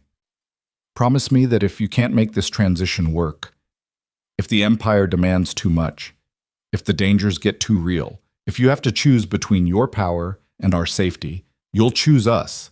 You'll walk away even if it means losing everything else. The request hung between them. Marcus stood very still, and Elena could see him running calculations, considering scenarios, weighing the odds of having to make that choice. I promise, he said finally. If it comes down to it, I'll walk away. The empire can burn if that's what it takes to keep you and our babies safe. Elena nodded slowly. Okay, then I'll stay. For the rest of the 2 weeks at least. But Marcus, I know. Words versus actions. I'll prove it. They went back to bed, but neither slept. Elena lay in the darkness, feeling their child flutter inside her, barely perceptible movements that reminded her what was at stake. This wasn't just about whether she could forgive Marcus. It was about whether their baby deserved to grow up in this world of threats and violence and moral compromises. Beside her, Marcus stared at the ceiling, his mind clearly racing through contingencies and strategies. Even now, even trying to change, He couldn't stop being what he'd become. The question was whether that made him irredeemable or just human. The next morning brought unwanted answers. Elena came downstairs to find Marcus in the forbidden office, door open, laptop glowing, phone pressed to his ear. When he saw her in the doorway, he had the grace to look guilty. "I have to call you back," he said into the phone, then set it down. "Before you get angry, you promised no office during the 2 weeks, no business before 6 p.m. Elena's voice was deadly calm. "It's 7:30 in the morning. Carlo Lazzaro was picked up by federal agents last night. They're offering him a deal I need to counter before he accepts." Marcus stood, moved around the desk. "This is crisis management, not me breaking my promise." "It's day 8, Marcus. Day 8, and you're already back in here making deals and strategizing." She shook her head. "This is exactly what I was afraid of. The Empire calls and you answer every time." "That's not fair. I've been present for 8 days. I've kept every commitment." His frustration leaked through. "But I can't just ignore situations that could destroy everything. Surely you understand that." "I understand that you still prioritize your empire over your promises to me." "I'm trying to protect us." "No, you're trying to protect your power. There's a difference." Elena stepped into the office, this room she'd learned to hate. "You know what I think? I think you can't actually do this, can't actually walk away. Because the empire isn't just what you built, it's who you are. And you'd rather lose me than lose that part of yourself." The accusation struck deep. Marcus's expression cycled through denial, anger, and something that looked like devastation. "That's not true." "Prove it." Elena crossed her arms. "Right now, walk away from this crisis. Let Carlo Lazzaro make his deal. Let the FBI investigate. Let your empire handle it without you." "You don't know what you're asking." "I'm asking you to choose me. Actually choose me. Not after you handle this one crisis. Not once you've secured this one deal. Now. Today. This moment." Marcus looked at his laptop, at his phone, at the files spread across the desk documenting his carefully built empire. Elena could see the war in his eyes. The part that wanted to be the man she needed battling the part that couldn't let go of control. The silence stretched. Outside, morning traffic hummed. Inside this office, inside this moment, their entire future balanced on what Marcus did next. He picked up the phone. Elena's heart sank. But instead of making a call, Marcus powered it down completely. Then he closed the laptop, gathered the files, and locked them in a desk drawer. "Okay," he said quietly. "You're right. Carlo Lazzaro is Michael's problem now. The FBI is Michael's problem. All of it. Michael's problem." He walked to where Elena stood. "I'm choosing you. Today. This moment. And every moment after. Even if it costs me everything else." She searched his face for signs of resentment, for the calculation that meant he was just performing again. But all she saw was exhaustion and sincerity and fear that she might not believe him. "You mean that?" she said. "Not quite a question." "I mean it. I'm terrified of what it might cost. But I mean it." Marcus took her hands. "Elena, I've been building this empire for 15 years, and in 8 days with you, I've remembered what it was all supposed to be for. It was supposed to give us security, freedom, a good life. But somewhere along the way, it became the point instead of the means. I forgot that power without someone to share it with is just loneliness in an expensive suit." "That's very poetic." "It's the truth." He pulled her closer. "So yes, I'm walking away from this crisis, and the next one, and every one after that until our 2 weeks are done. And then, if you'll let me, I'm walking away from the whole thing, slowly, carefully, in ways that don't leave us vulnerable. But I'm walking away." Elena let herself lean against him, feeling the steady beat of his heart, the warmth of his arms. She wanted so badly to trust this, to believe that transformation was possible. "What about the baby?" she asked. "What kind of father do you want to be?" "The opposite of mine. Present, patient, actually giving a damn about their life beyond just providing financially." Marcus's hand moved to her stomach. "I want to be there for first steps and first words and terrible school plays. I want to know their friends, their fears, their dreams. I want them to never doubt that they matter more than any deal or any empire or any amount of money." "Those are beautiful goals." But goals aren't the same as reality. Then hold me accountable. Call me out when I slip. Don't let me fall back into old patterns. He tilted her chin up. I need you to be my conscience, Elena, because mine got pretty warped somewhere along the way. She managed a small smile. That's a lot of responsibility. You can handle it. You're the strongest person I know. I don't feel strong. I feel terrified. Elena's voice cracked. I'm bringing a baby into a world where federal agents are investigating their father and criminals want revenge. How is that responsible parenting? It's not, which is why I'm getting us out. Marcus guided her to the desk chair, sat her down, then knelt in front of her. Listen to me. By the time our baby is born, I will have transitioned every illegal operation into legitimate businesses or shut them down entirely. The FBI will have no case because there will be nothing to build a case on. And Carlo Lazzaro will be irrelevant because the empire he wants revenge against won't exist anymore. That's impossible. It's improbable, but not impossible. I'm good at what I do, Elena. I built an empire from nothing. I can dismantle it just as efficiently if I'm motivated. His hands covered hers. And I've never been more motivated than I am right now. Elena wanted to believe him, but the gap between promise and reality felt vast. We have 6 days left in our 2 weeks, she said. Show me how this dismantling works. Show me actual progress toward the life you're promising. Okay.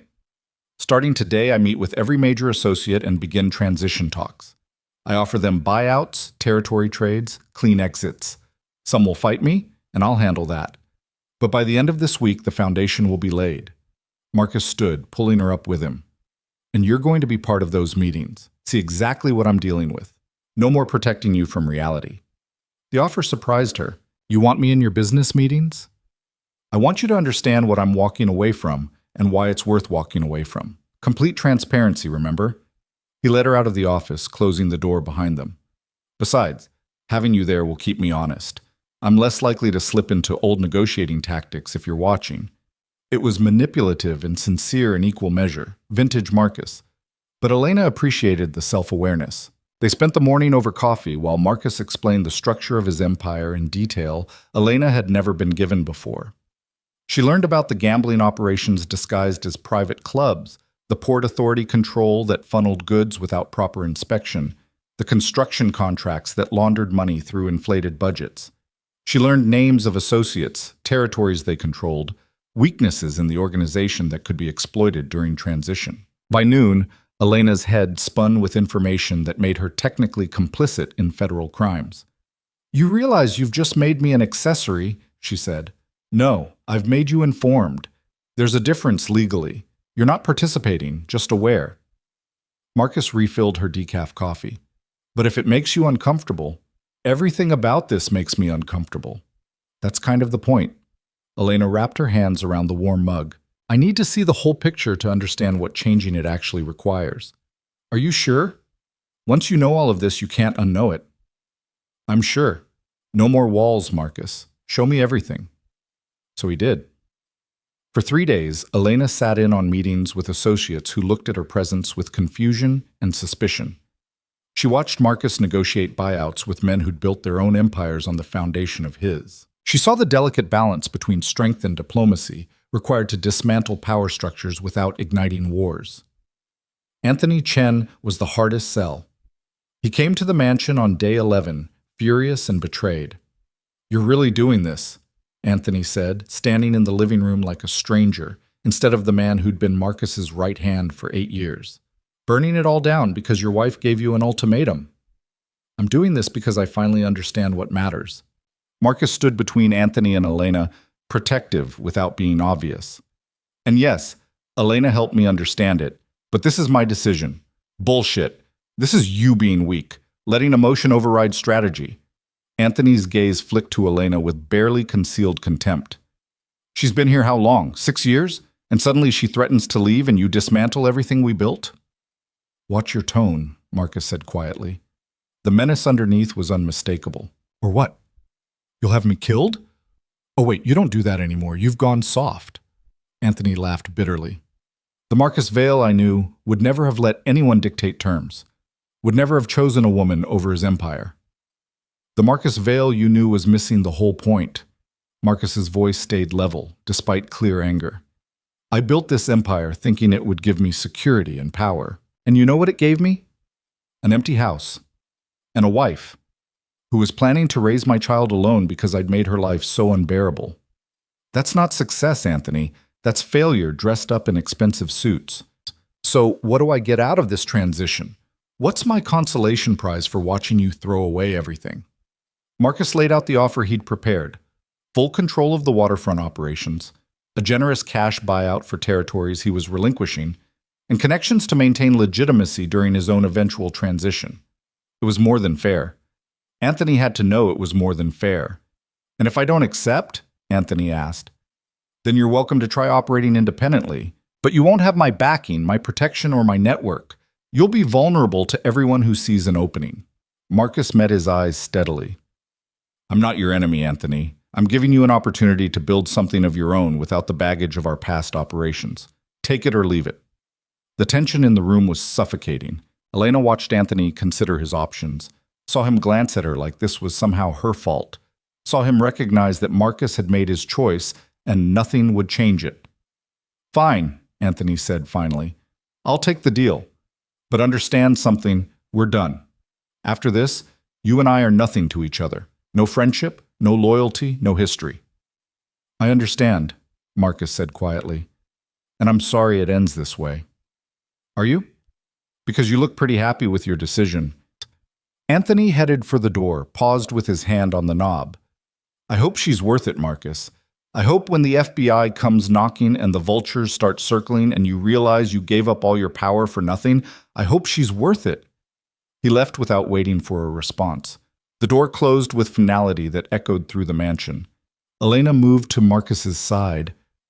I'm sorry. Don't be. He's right to be angry. I am dismantling everything we built together. Marcus pulled her close. But he's wrong about one thing. You're worth all of it and more. What if this doesn't work? What if walking away from your empire doesn't keep us safe? Then we'll face whatever comes together, as partners. As actual partners this time, not you sitting in the dark while I handle everything. He kissed the top of her head. I can't promise perfection, Elena. But I can promise presence. And I can promise that our baby will never doubt that they matter more than power or money or reputation. A day 14 arrived like a verdict. Their 2 weeks were done. Elena woke to find Marcus already awake, watching her with an expression that mixed hope and terror. Today's the day, he said. You decide if you stay or if I sign the divorce papers. Elena sat up, one hand on her stomach where their baby grew. In 2 weeks, Marcus had kept his promises. He'd been present, transparent, willing to walk away from his empire. He'd sat with her through an emotional first ultrasound where they'd seen their baby's heartbeat for the first time. He'd cooked dinners and asked about her day and slowly, carefully rebuilt the foundation of their marriage. But 2 weeks didn't erase 6 years. And promises made in crisis didn't guarantee long-term change. I'm terrified, she admitted, of believing in this, of letting myself hope that it's real.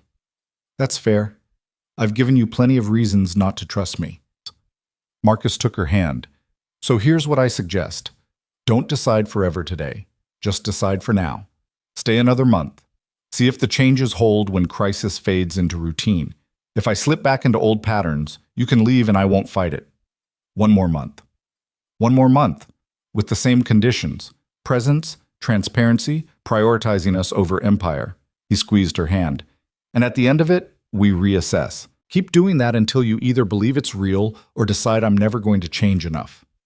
It was reasonable. More than she'd expected from a man used to controlling every outcome. Okay, Elena said. 1 more month. But Marcus, I know. Actions, not words. I'll prove it. He pulled her into his arms. Every single day. I'll prove you made the right choice by giving me this chance. She hoped he was right. She hoped they both were. Because the alternative, raising their child alone, watching this marriage collapse despite all their efforts, was too painful to contemplate. Outside their bedroom, the empire was crumbling exactly as Marcus had orchestrated. Associates were accepting buyouts. Legitimate businesses were being structured to replace illegal ones. Federal agents were finding their investigations stymied by lack of current criminal activity to prosecute. And somewhere in the city, Carlo Lazzaro plotted revenge that Marcus had decided was someone else's problem to handle. The future was uncertain, dangerous, and completely different from the one either of them had imagined when they'd married 7 years ago. But for the first time in years, they were facing it together. And maybe, just maybe, that would be enough. The extra month Marcus had asked for stretched into 6 weeks before the fragile peace shattered completely. Elena was 4 months pregnant, finally showing enough that strangers noticed, when Michael Chen called at 2 in the morning with news that made Marcus go pale in the darkness of their bedroom. "I'll be there in 20 minutes, Marcus said into the phone, already moving toward the closet. Elena sat up, dread pooling in her stomach. What happened? Carlo Lazzaro escaped federal custody. He killed 2 agents during transport. Marcus pulled on jeans, a sweater, moved with the efficient urgency she'd learned meant real danger. Michael thinks he's coming here, tonight. The words didn't fully process at first. Then they did, and Elena felt ice flood her veins. Coming here? To the house? My security team is already positioning. The house is a fortress when it needs to be. We'll be safe. But Marcus's expression contradicted his words. He was terrified in a way she'd never seen before. I need you to get dressed and come with me. There's a safe room in the basement. Reinforced steel, separate ventilation, enough supplies for 3 days if necessary. Marcus, please, Elena, don't argue. Just trust me. He was already guiding her up, handing her clothes. Carlo's not making idle threats anymore. He's committed, and if he gets past my security, I need to know you and our baby are somewhere he can't reach. Elena dressed with shaking hands, her mind racing through implications. This was the violence Marcus had been trying to protect her from. The reality underneath all his careful transitions and legitimate business restructuring. His past had finally caught up, and now it was hunting them both. Downstairs, the mansion had transformed. Men Elena recognized from security details moved through rooms with weapons she hadn't known they carried. Cameras she'd never noticed were being monitored from the living room, which had become an impromptu command center. This wasn't a home anymore. It was a fortress preparing for siege. Michael stood in the foyer, his expression grim. He nodded to Elena with something that looked like apology. Mrs. Vale, I'm sorry it's come to this. How did he escape? Marcus asked, all business now. The husband who'd been cooking dinner with her 3 hours ago had vanished, replaced by the empire builder who'd survived 15 years through calculated ruthlessness. Inside help, someone on the federal transport team. We're still working out who, but it was coordinated, professional. Michael pulled up security footage on a tablet. He went dark immediately after the escape. No phone activity, no credit cards, no digital footprint, but his car was spotted 2 miles from here 20 minutes ago. He's scouting, Marcus said, seeing what security looks like before he makes his move. That's our assessment, which gives us maybe an hour to prepare. An hour. Elena tried to process that in 60 minutes. Someone who blamed Marcus for his brother's death would try to break into their home with murder on his mind. She touched her stomach reflexively, felt their baby move under her palm. Marcus saw the gesture, and something shifted in his face. Michael, I need you to take Elena to the safe room. Stay with her. If Carlo gets past everyone else, you're the last line of defense. Marcus, no. Michael's voice was sharp. You need me coordinating security. Let Rodriguez handle. Rodriguez doesn't know about the safe room. You do. And you're the only person besides me I trust completely with my wife's life. Marcus met his eyes. Please, Michael. This is the most important thing I'll ever ask you to do. The weight of the request hung between them. Michael had been with Marcus almost as long as Anthony, had helped build the empire, had stood beside him through every major decision, and now Marcus was asking him to step away from the fight, to protect instead of engage. Okay, Michael said finally. But if this goes bad, it won't. Marcus said it with certainty he clearly didn't feel. Get her downstairs. I'll handle Carlo. Elena grabbed his arm before he could turn away. You can't face him alone. That's suicide. I have 12 security personnel and a house designed to repel exactly this kind of attack. I'm not alone. Marcus cupped her face in his hands. But I need to know you're safe. Please, Elena, let me do this. Let me protect you the way I should have been protecting you all along. She wanted to argue, to insist they call the police, the FBI, Anyone who might actually be equipped to handle an escaped killer. But looking into Marcus's eyes, she understood this was bigger than tactics. This was him finally choosing their family over everything else, putting her safety ahead of pride or control or the empire he'd built. "Come back to me," she whispered. "To us. Promise you'll come back. I promise." He kissed her, desperate and fierce. "I love you. I should have said it every day for 6 years, but I'm saying it now. I love you more than anything I've ever built or owned or controlled." "I love you too." The words felt like both blessing and curse, which is why I need you to be smart about this. Don't try to be a hero. Just trying to be a husband and a father. Marcus pressed his hand to her stomach, felt their baby kick against his palm. "Our daughter deserves better than a dad who got himself killed being reckless." "Daughter?" Elena managed a watery smile. The ultrasound was inconclusive. "I know, but I have a feeling." He kissed her once more, then stepped back. "Michael, get her downstairs. Now." The basement safe room was exactly what Marcus had described. Reinforced steel door with biometric locks, concrete walls thick enough to stop bullets, air filtration system, stockpiled food and water, even a small bathroom. It was survival bunker disguised as wine cellar storage. Michael sealed them in, and the heavy door closing felt like being buried alive. Elena sank onto one of the cots Marcus had installed, trying to control her breathing, trying not to panic. "He'll be okay," Michael said, though he sounded like he was trying to convince himself as much as her. Marcus has survived worse situations than this. Has he? Or has he just been lucky? Elena looked at him. "Tell me the truth, Michael. What are the odds Carlo gets through security?" Michael was quiet for a long moment. "Honestly, if Carlo's as good as his brother was, and if he's willing to die trying, maybe 50-50. Our security is excellent, but a motivated individual who doesn't care about survival can do a lot of damage before being stopped." 50-50. Their baby had a 50% chance of losing their father before they were even born. Elena felt bile rise in her throat. "This is my fault," she said. "If I hadn't pushed Marcus to walk away from the Empire, if I'd just accepted the distance, this is Carlo Lazzaro's fault, and Vincent's before him, and the whole violent system that Marcus has been trying to extract himself from." Michael sat across from her. "You didn't create this situation, Mrs. Vale. You're just caught in the aftermath of decisions made long before you entered the picture." "That's supposed to make me feel better? It's supposed to make you stop blaming yourself." Michael's phone buzzed. He checked it, his expression tightening. "Carlo's on the grounds. He breached the perimeter at the east wall." Elena's heart hammered.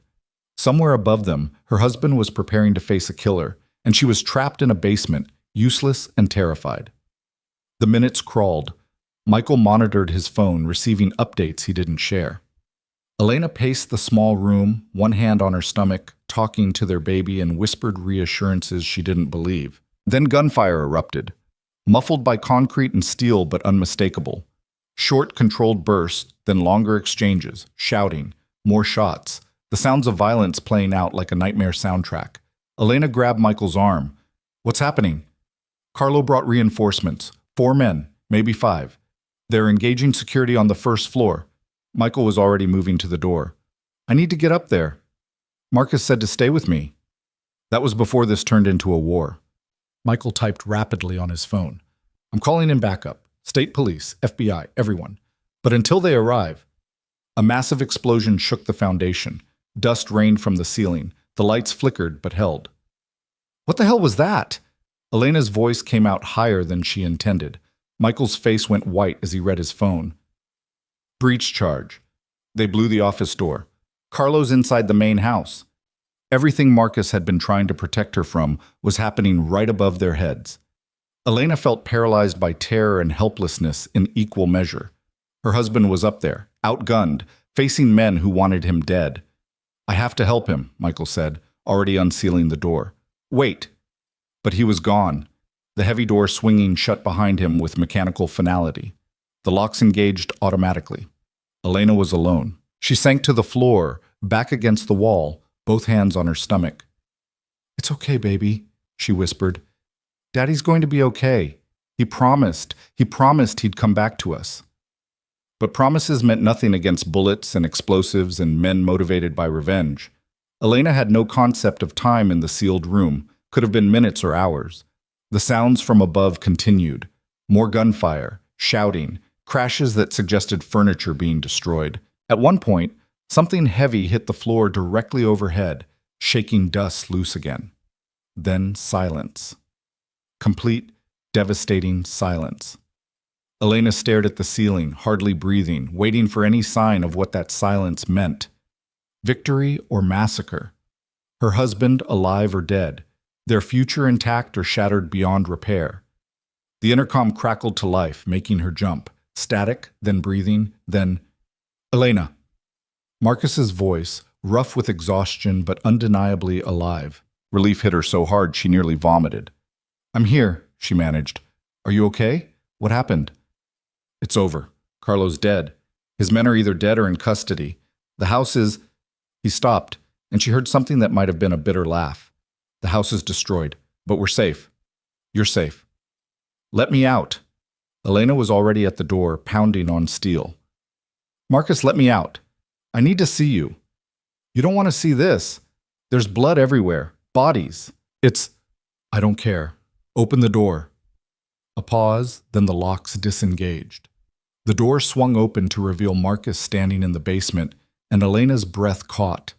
He was covered in blood, his shirt soaked with it, his face splattered, his hands shaking as he gripped the doorframe for support. "It's not mine," he said quickly, seeing her expression. "Most of it's not mine. I'm okay. Just..." He swayed slightly. "Maybe a little bit is mine."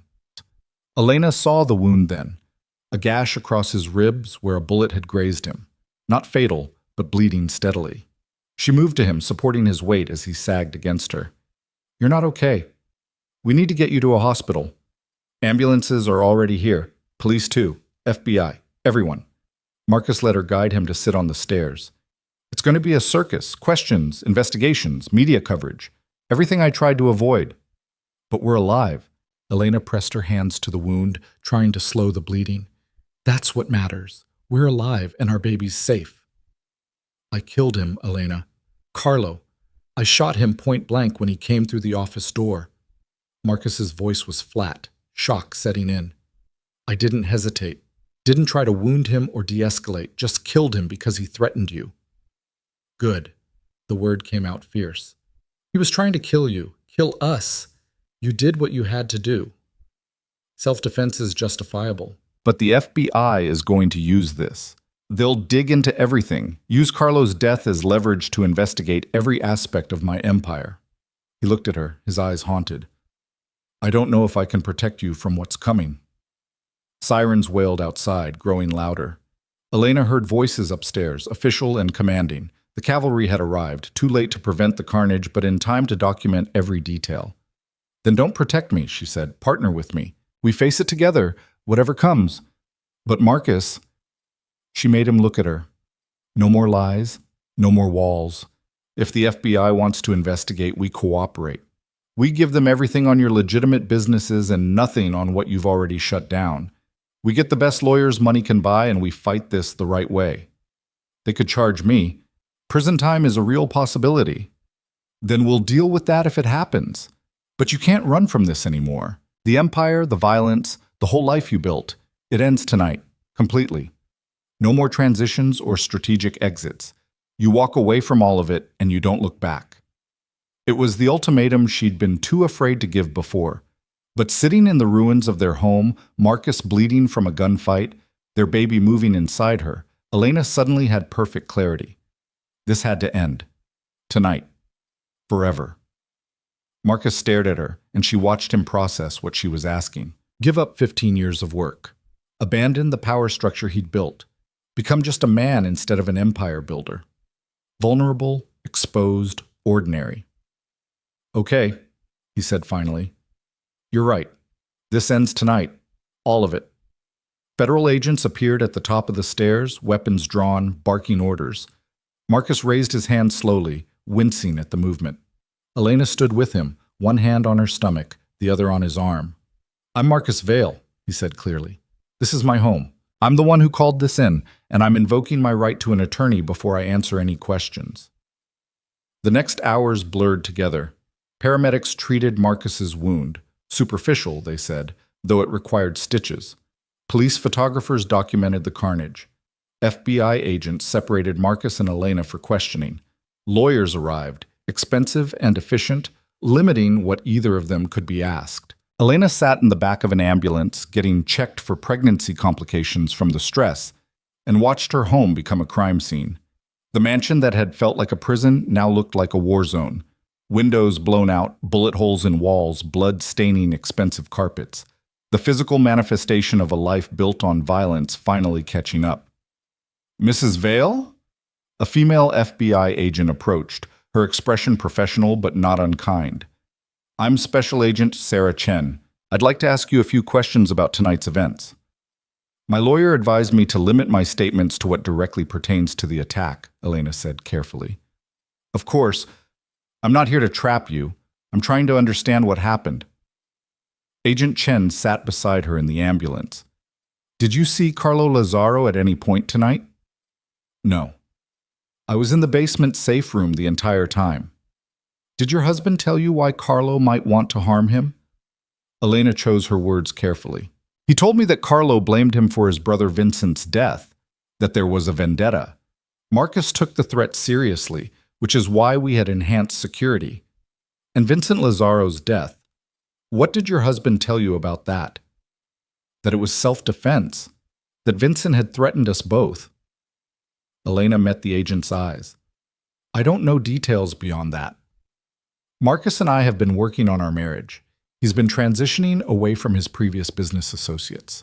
Tonight was supposed to be us moving forward, not the past catching up. Agent Chen studied her for a long moment. You seem like a smart woman, Mrs. Vale. Smart enough to know what kind of business your husband has been involved in.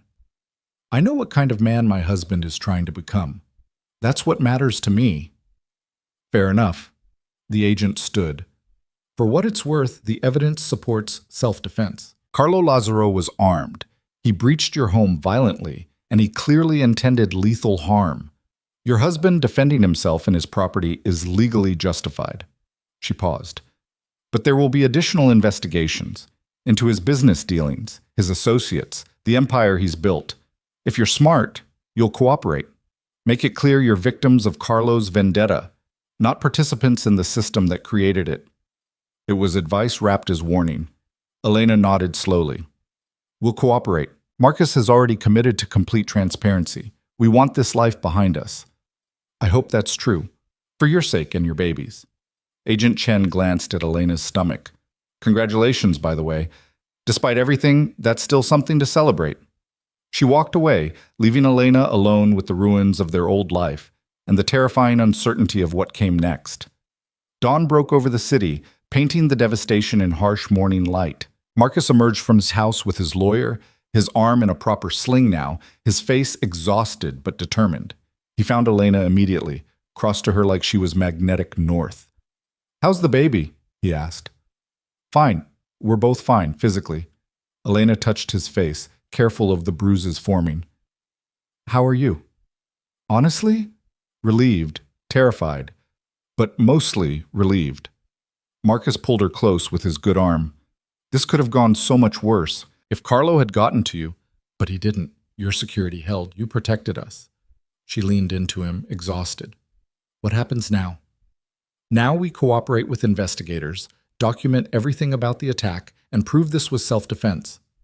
Marcus's lawyer spoke up, a sharp-eyed woman named Patricia Flores. The evidence is overwhelming.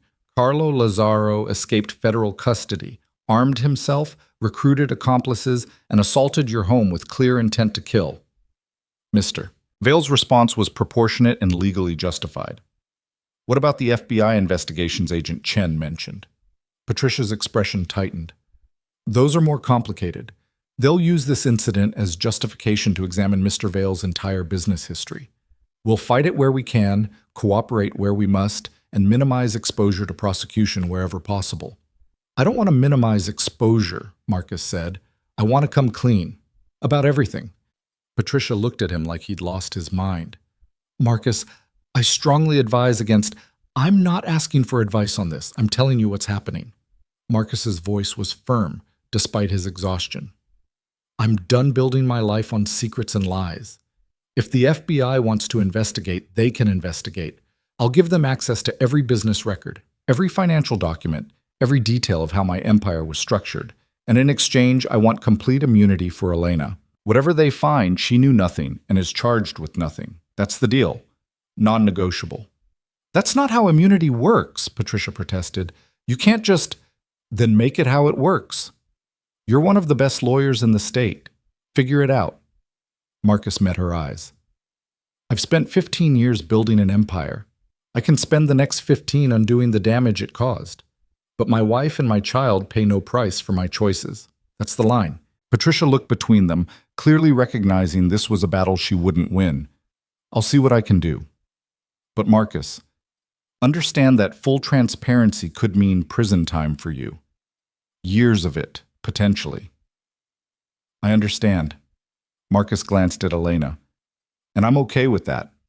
If that's the price for giving my family a clean start, I'll pay it. Elena felt tears building. This wasn't the deal she wanted. Marcus in prison, their child visiting him behind glass. But she also understood what he was offering. Complete honesty, complete accountability. A genuine chance to break free from the violence and corruption that had defined his life. Let's take this one step at a time, she said. First we get through today, then we figure out tomorrow. They spent the day giving statements, answering questions, watching investigators document every detail of the attack. Carlo Lazaro and 3 of his accomplices were dead. 2 more were in custody, singing about Carlo's plan in exchange for reduced sentences. The picture that emerged was clear. A vendetta years in the making, an escape planned with inside help, an assault intended to kill Marcus and anyone who got in the way. Self-defense.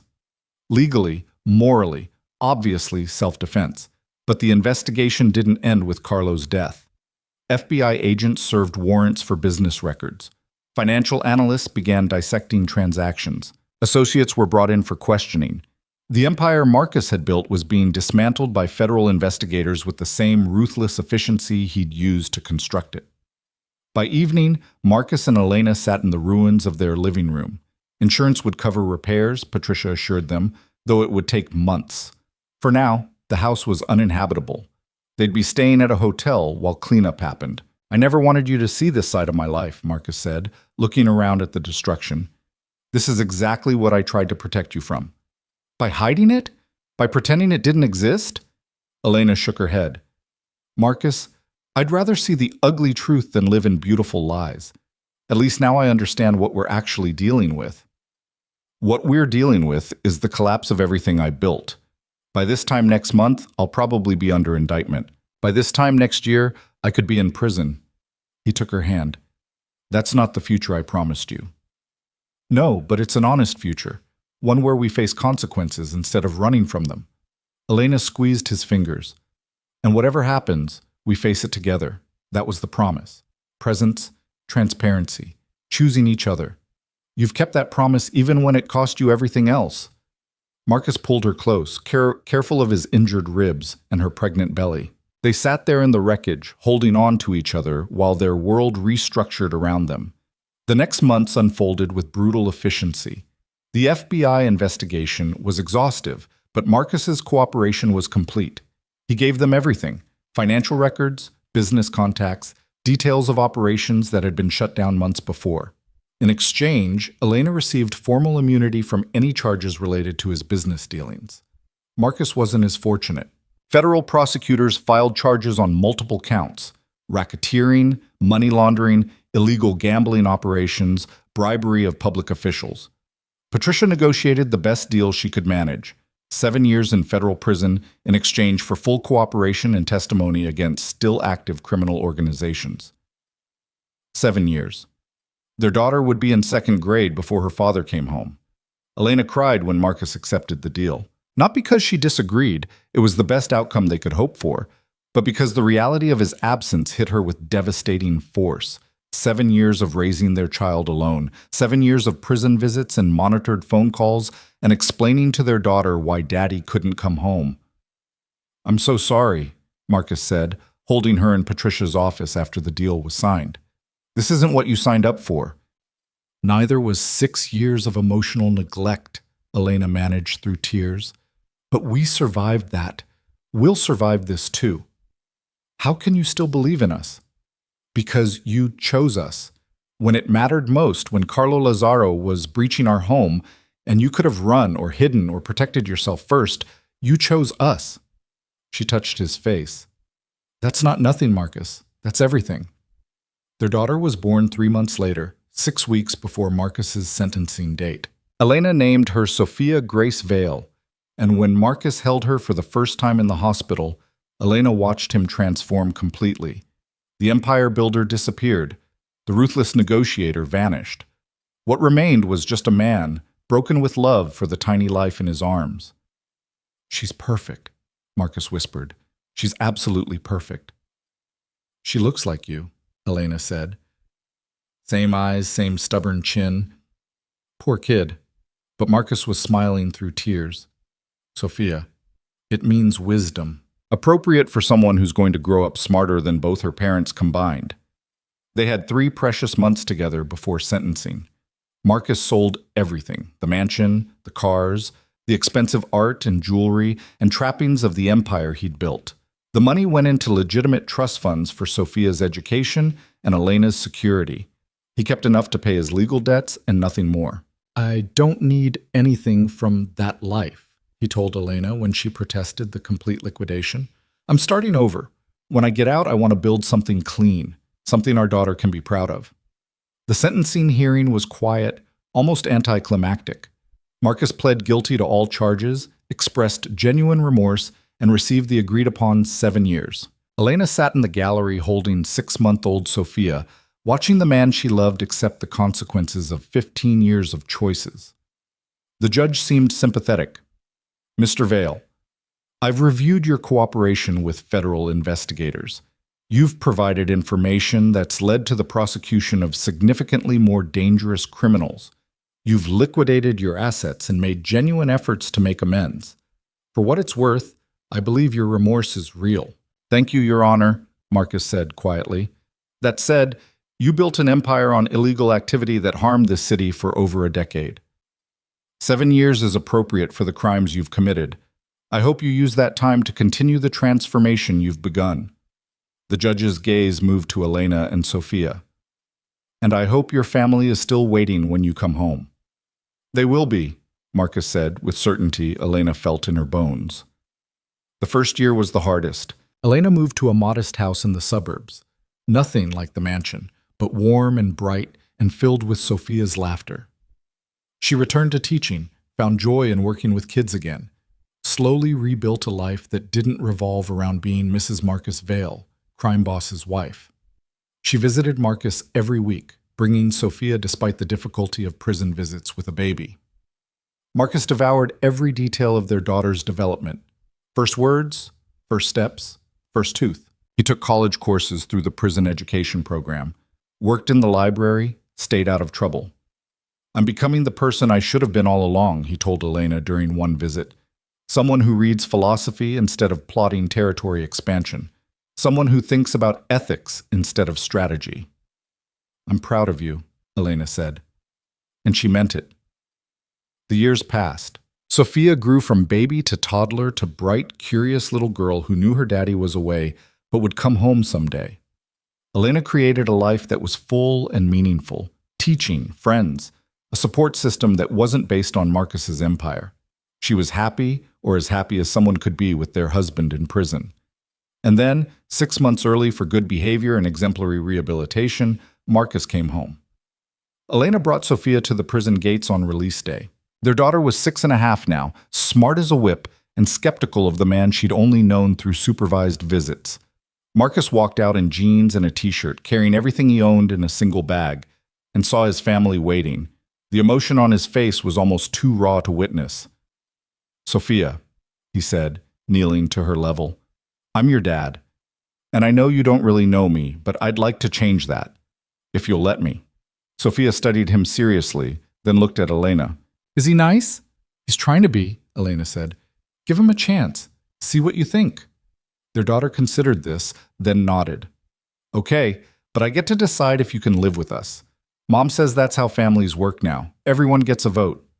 Marcus laughed, the sound rusty from disuse but genuine. That's absolutely fair. I'll earn your vote. The first months of reintegration were awkward. Marcus found work at a nonprofit helping formerly incarcerated people find employment, using his strategic mind for good instead of empire building. He rented an apartment near Elena's house rather than assuming he could move back in. He courted his wife like they were dating again, building trust through consistency and presence. And slowly, carefully, they became a family. Sophia's vote came 6 months after Marcus's release, delivered at the dinner table with all the seriousness of a Supreme Court ruling. I think Dad should live with us. He's been nice, and he makes Mom happy, and he reads bedtime stories better than anyone. Elena's eyes met Marcus's across the table. 7 years apart. 7 years of growth and change and learning who they were without each other. 7 years that had nearly destroyed them, but somehow, impossibly, had made them stronger. I agree, Elena said softly. If Dad wants to move in, I think that would be good. I want to, Marcus said. More than anything, but only if you're sure. Both of you. I'm sure, Elena said. And she was. They renewed their vows on what would have been their 14th anniversary, in a simple ceremony with just Sophia and a handful of friends. No expensive venue, no designer dress, no champagne or caviar. Just honest promises spoken in a garden while their daughter watched, solemn and hopeful. I promise to choose you, Marcus said, holding Elena's hands. Every single day. In crisis and in calm. When it's easy and when it's hard. You and Sophia are my empire now, the only one that matters. I promise to hold you accountable, Elena said, to call you on it when you slip, to be your partner, not just your wife, to build a life together instead of just existing in the same space. I promise to earn your trust, Marcus continued, every single day, through actions, not words, through presence, not promises. I promise to believe in you, Elena whispered, even when it's scary, even when I'm not sure, to have faith that people can change if they want it badly enough. They kissed while Sophia cheered, and Elena felt something settle in her chest that had been displaced for years. Peace, hope, the genuine belief that they were going to make it. Marcus started a small consulting business, helping legitimate companies with strategic planning, using his empire-building skills for legal purposes. Elena was promoted to assistant principal at her school. Sophia thrived, bright and happy, and utterly unaware that her father had once been one of the most feared men in the city.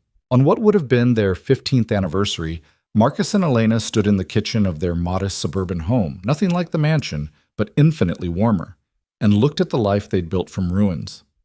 Do you ever regret it? Elena asked. Giving up the empire? The power? Every day I remember what I had, Marcus said, and every day I'm grateful I lost it, because what I have now is worth more than anything I built before. He pulled her close. I was a king of nothing, Elena. An empire of violence and corruption and hollow victories. Now I'm just a man, a husband, a father, and that's the richest I've ever been. That's very poetic.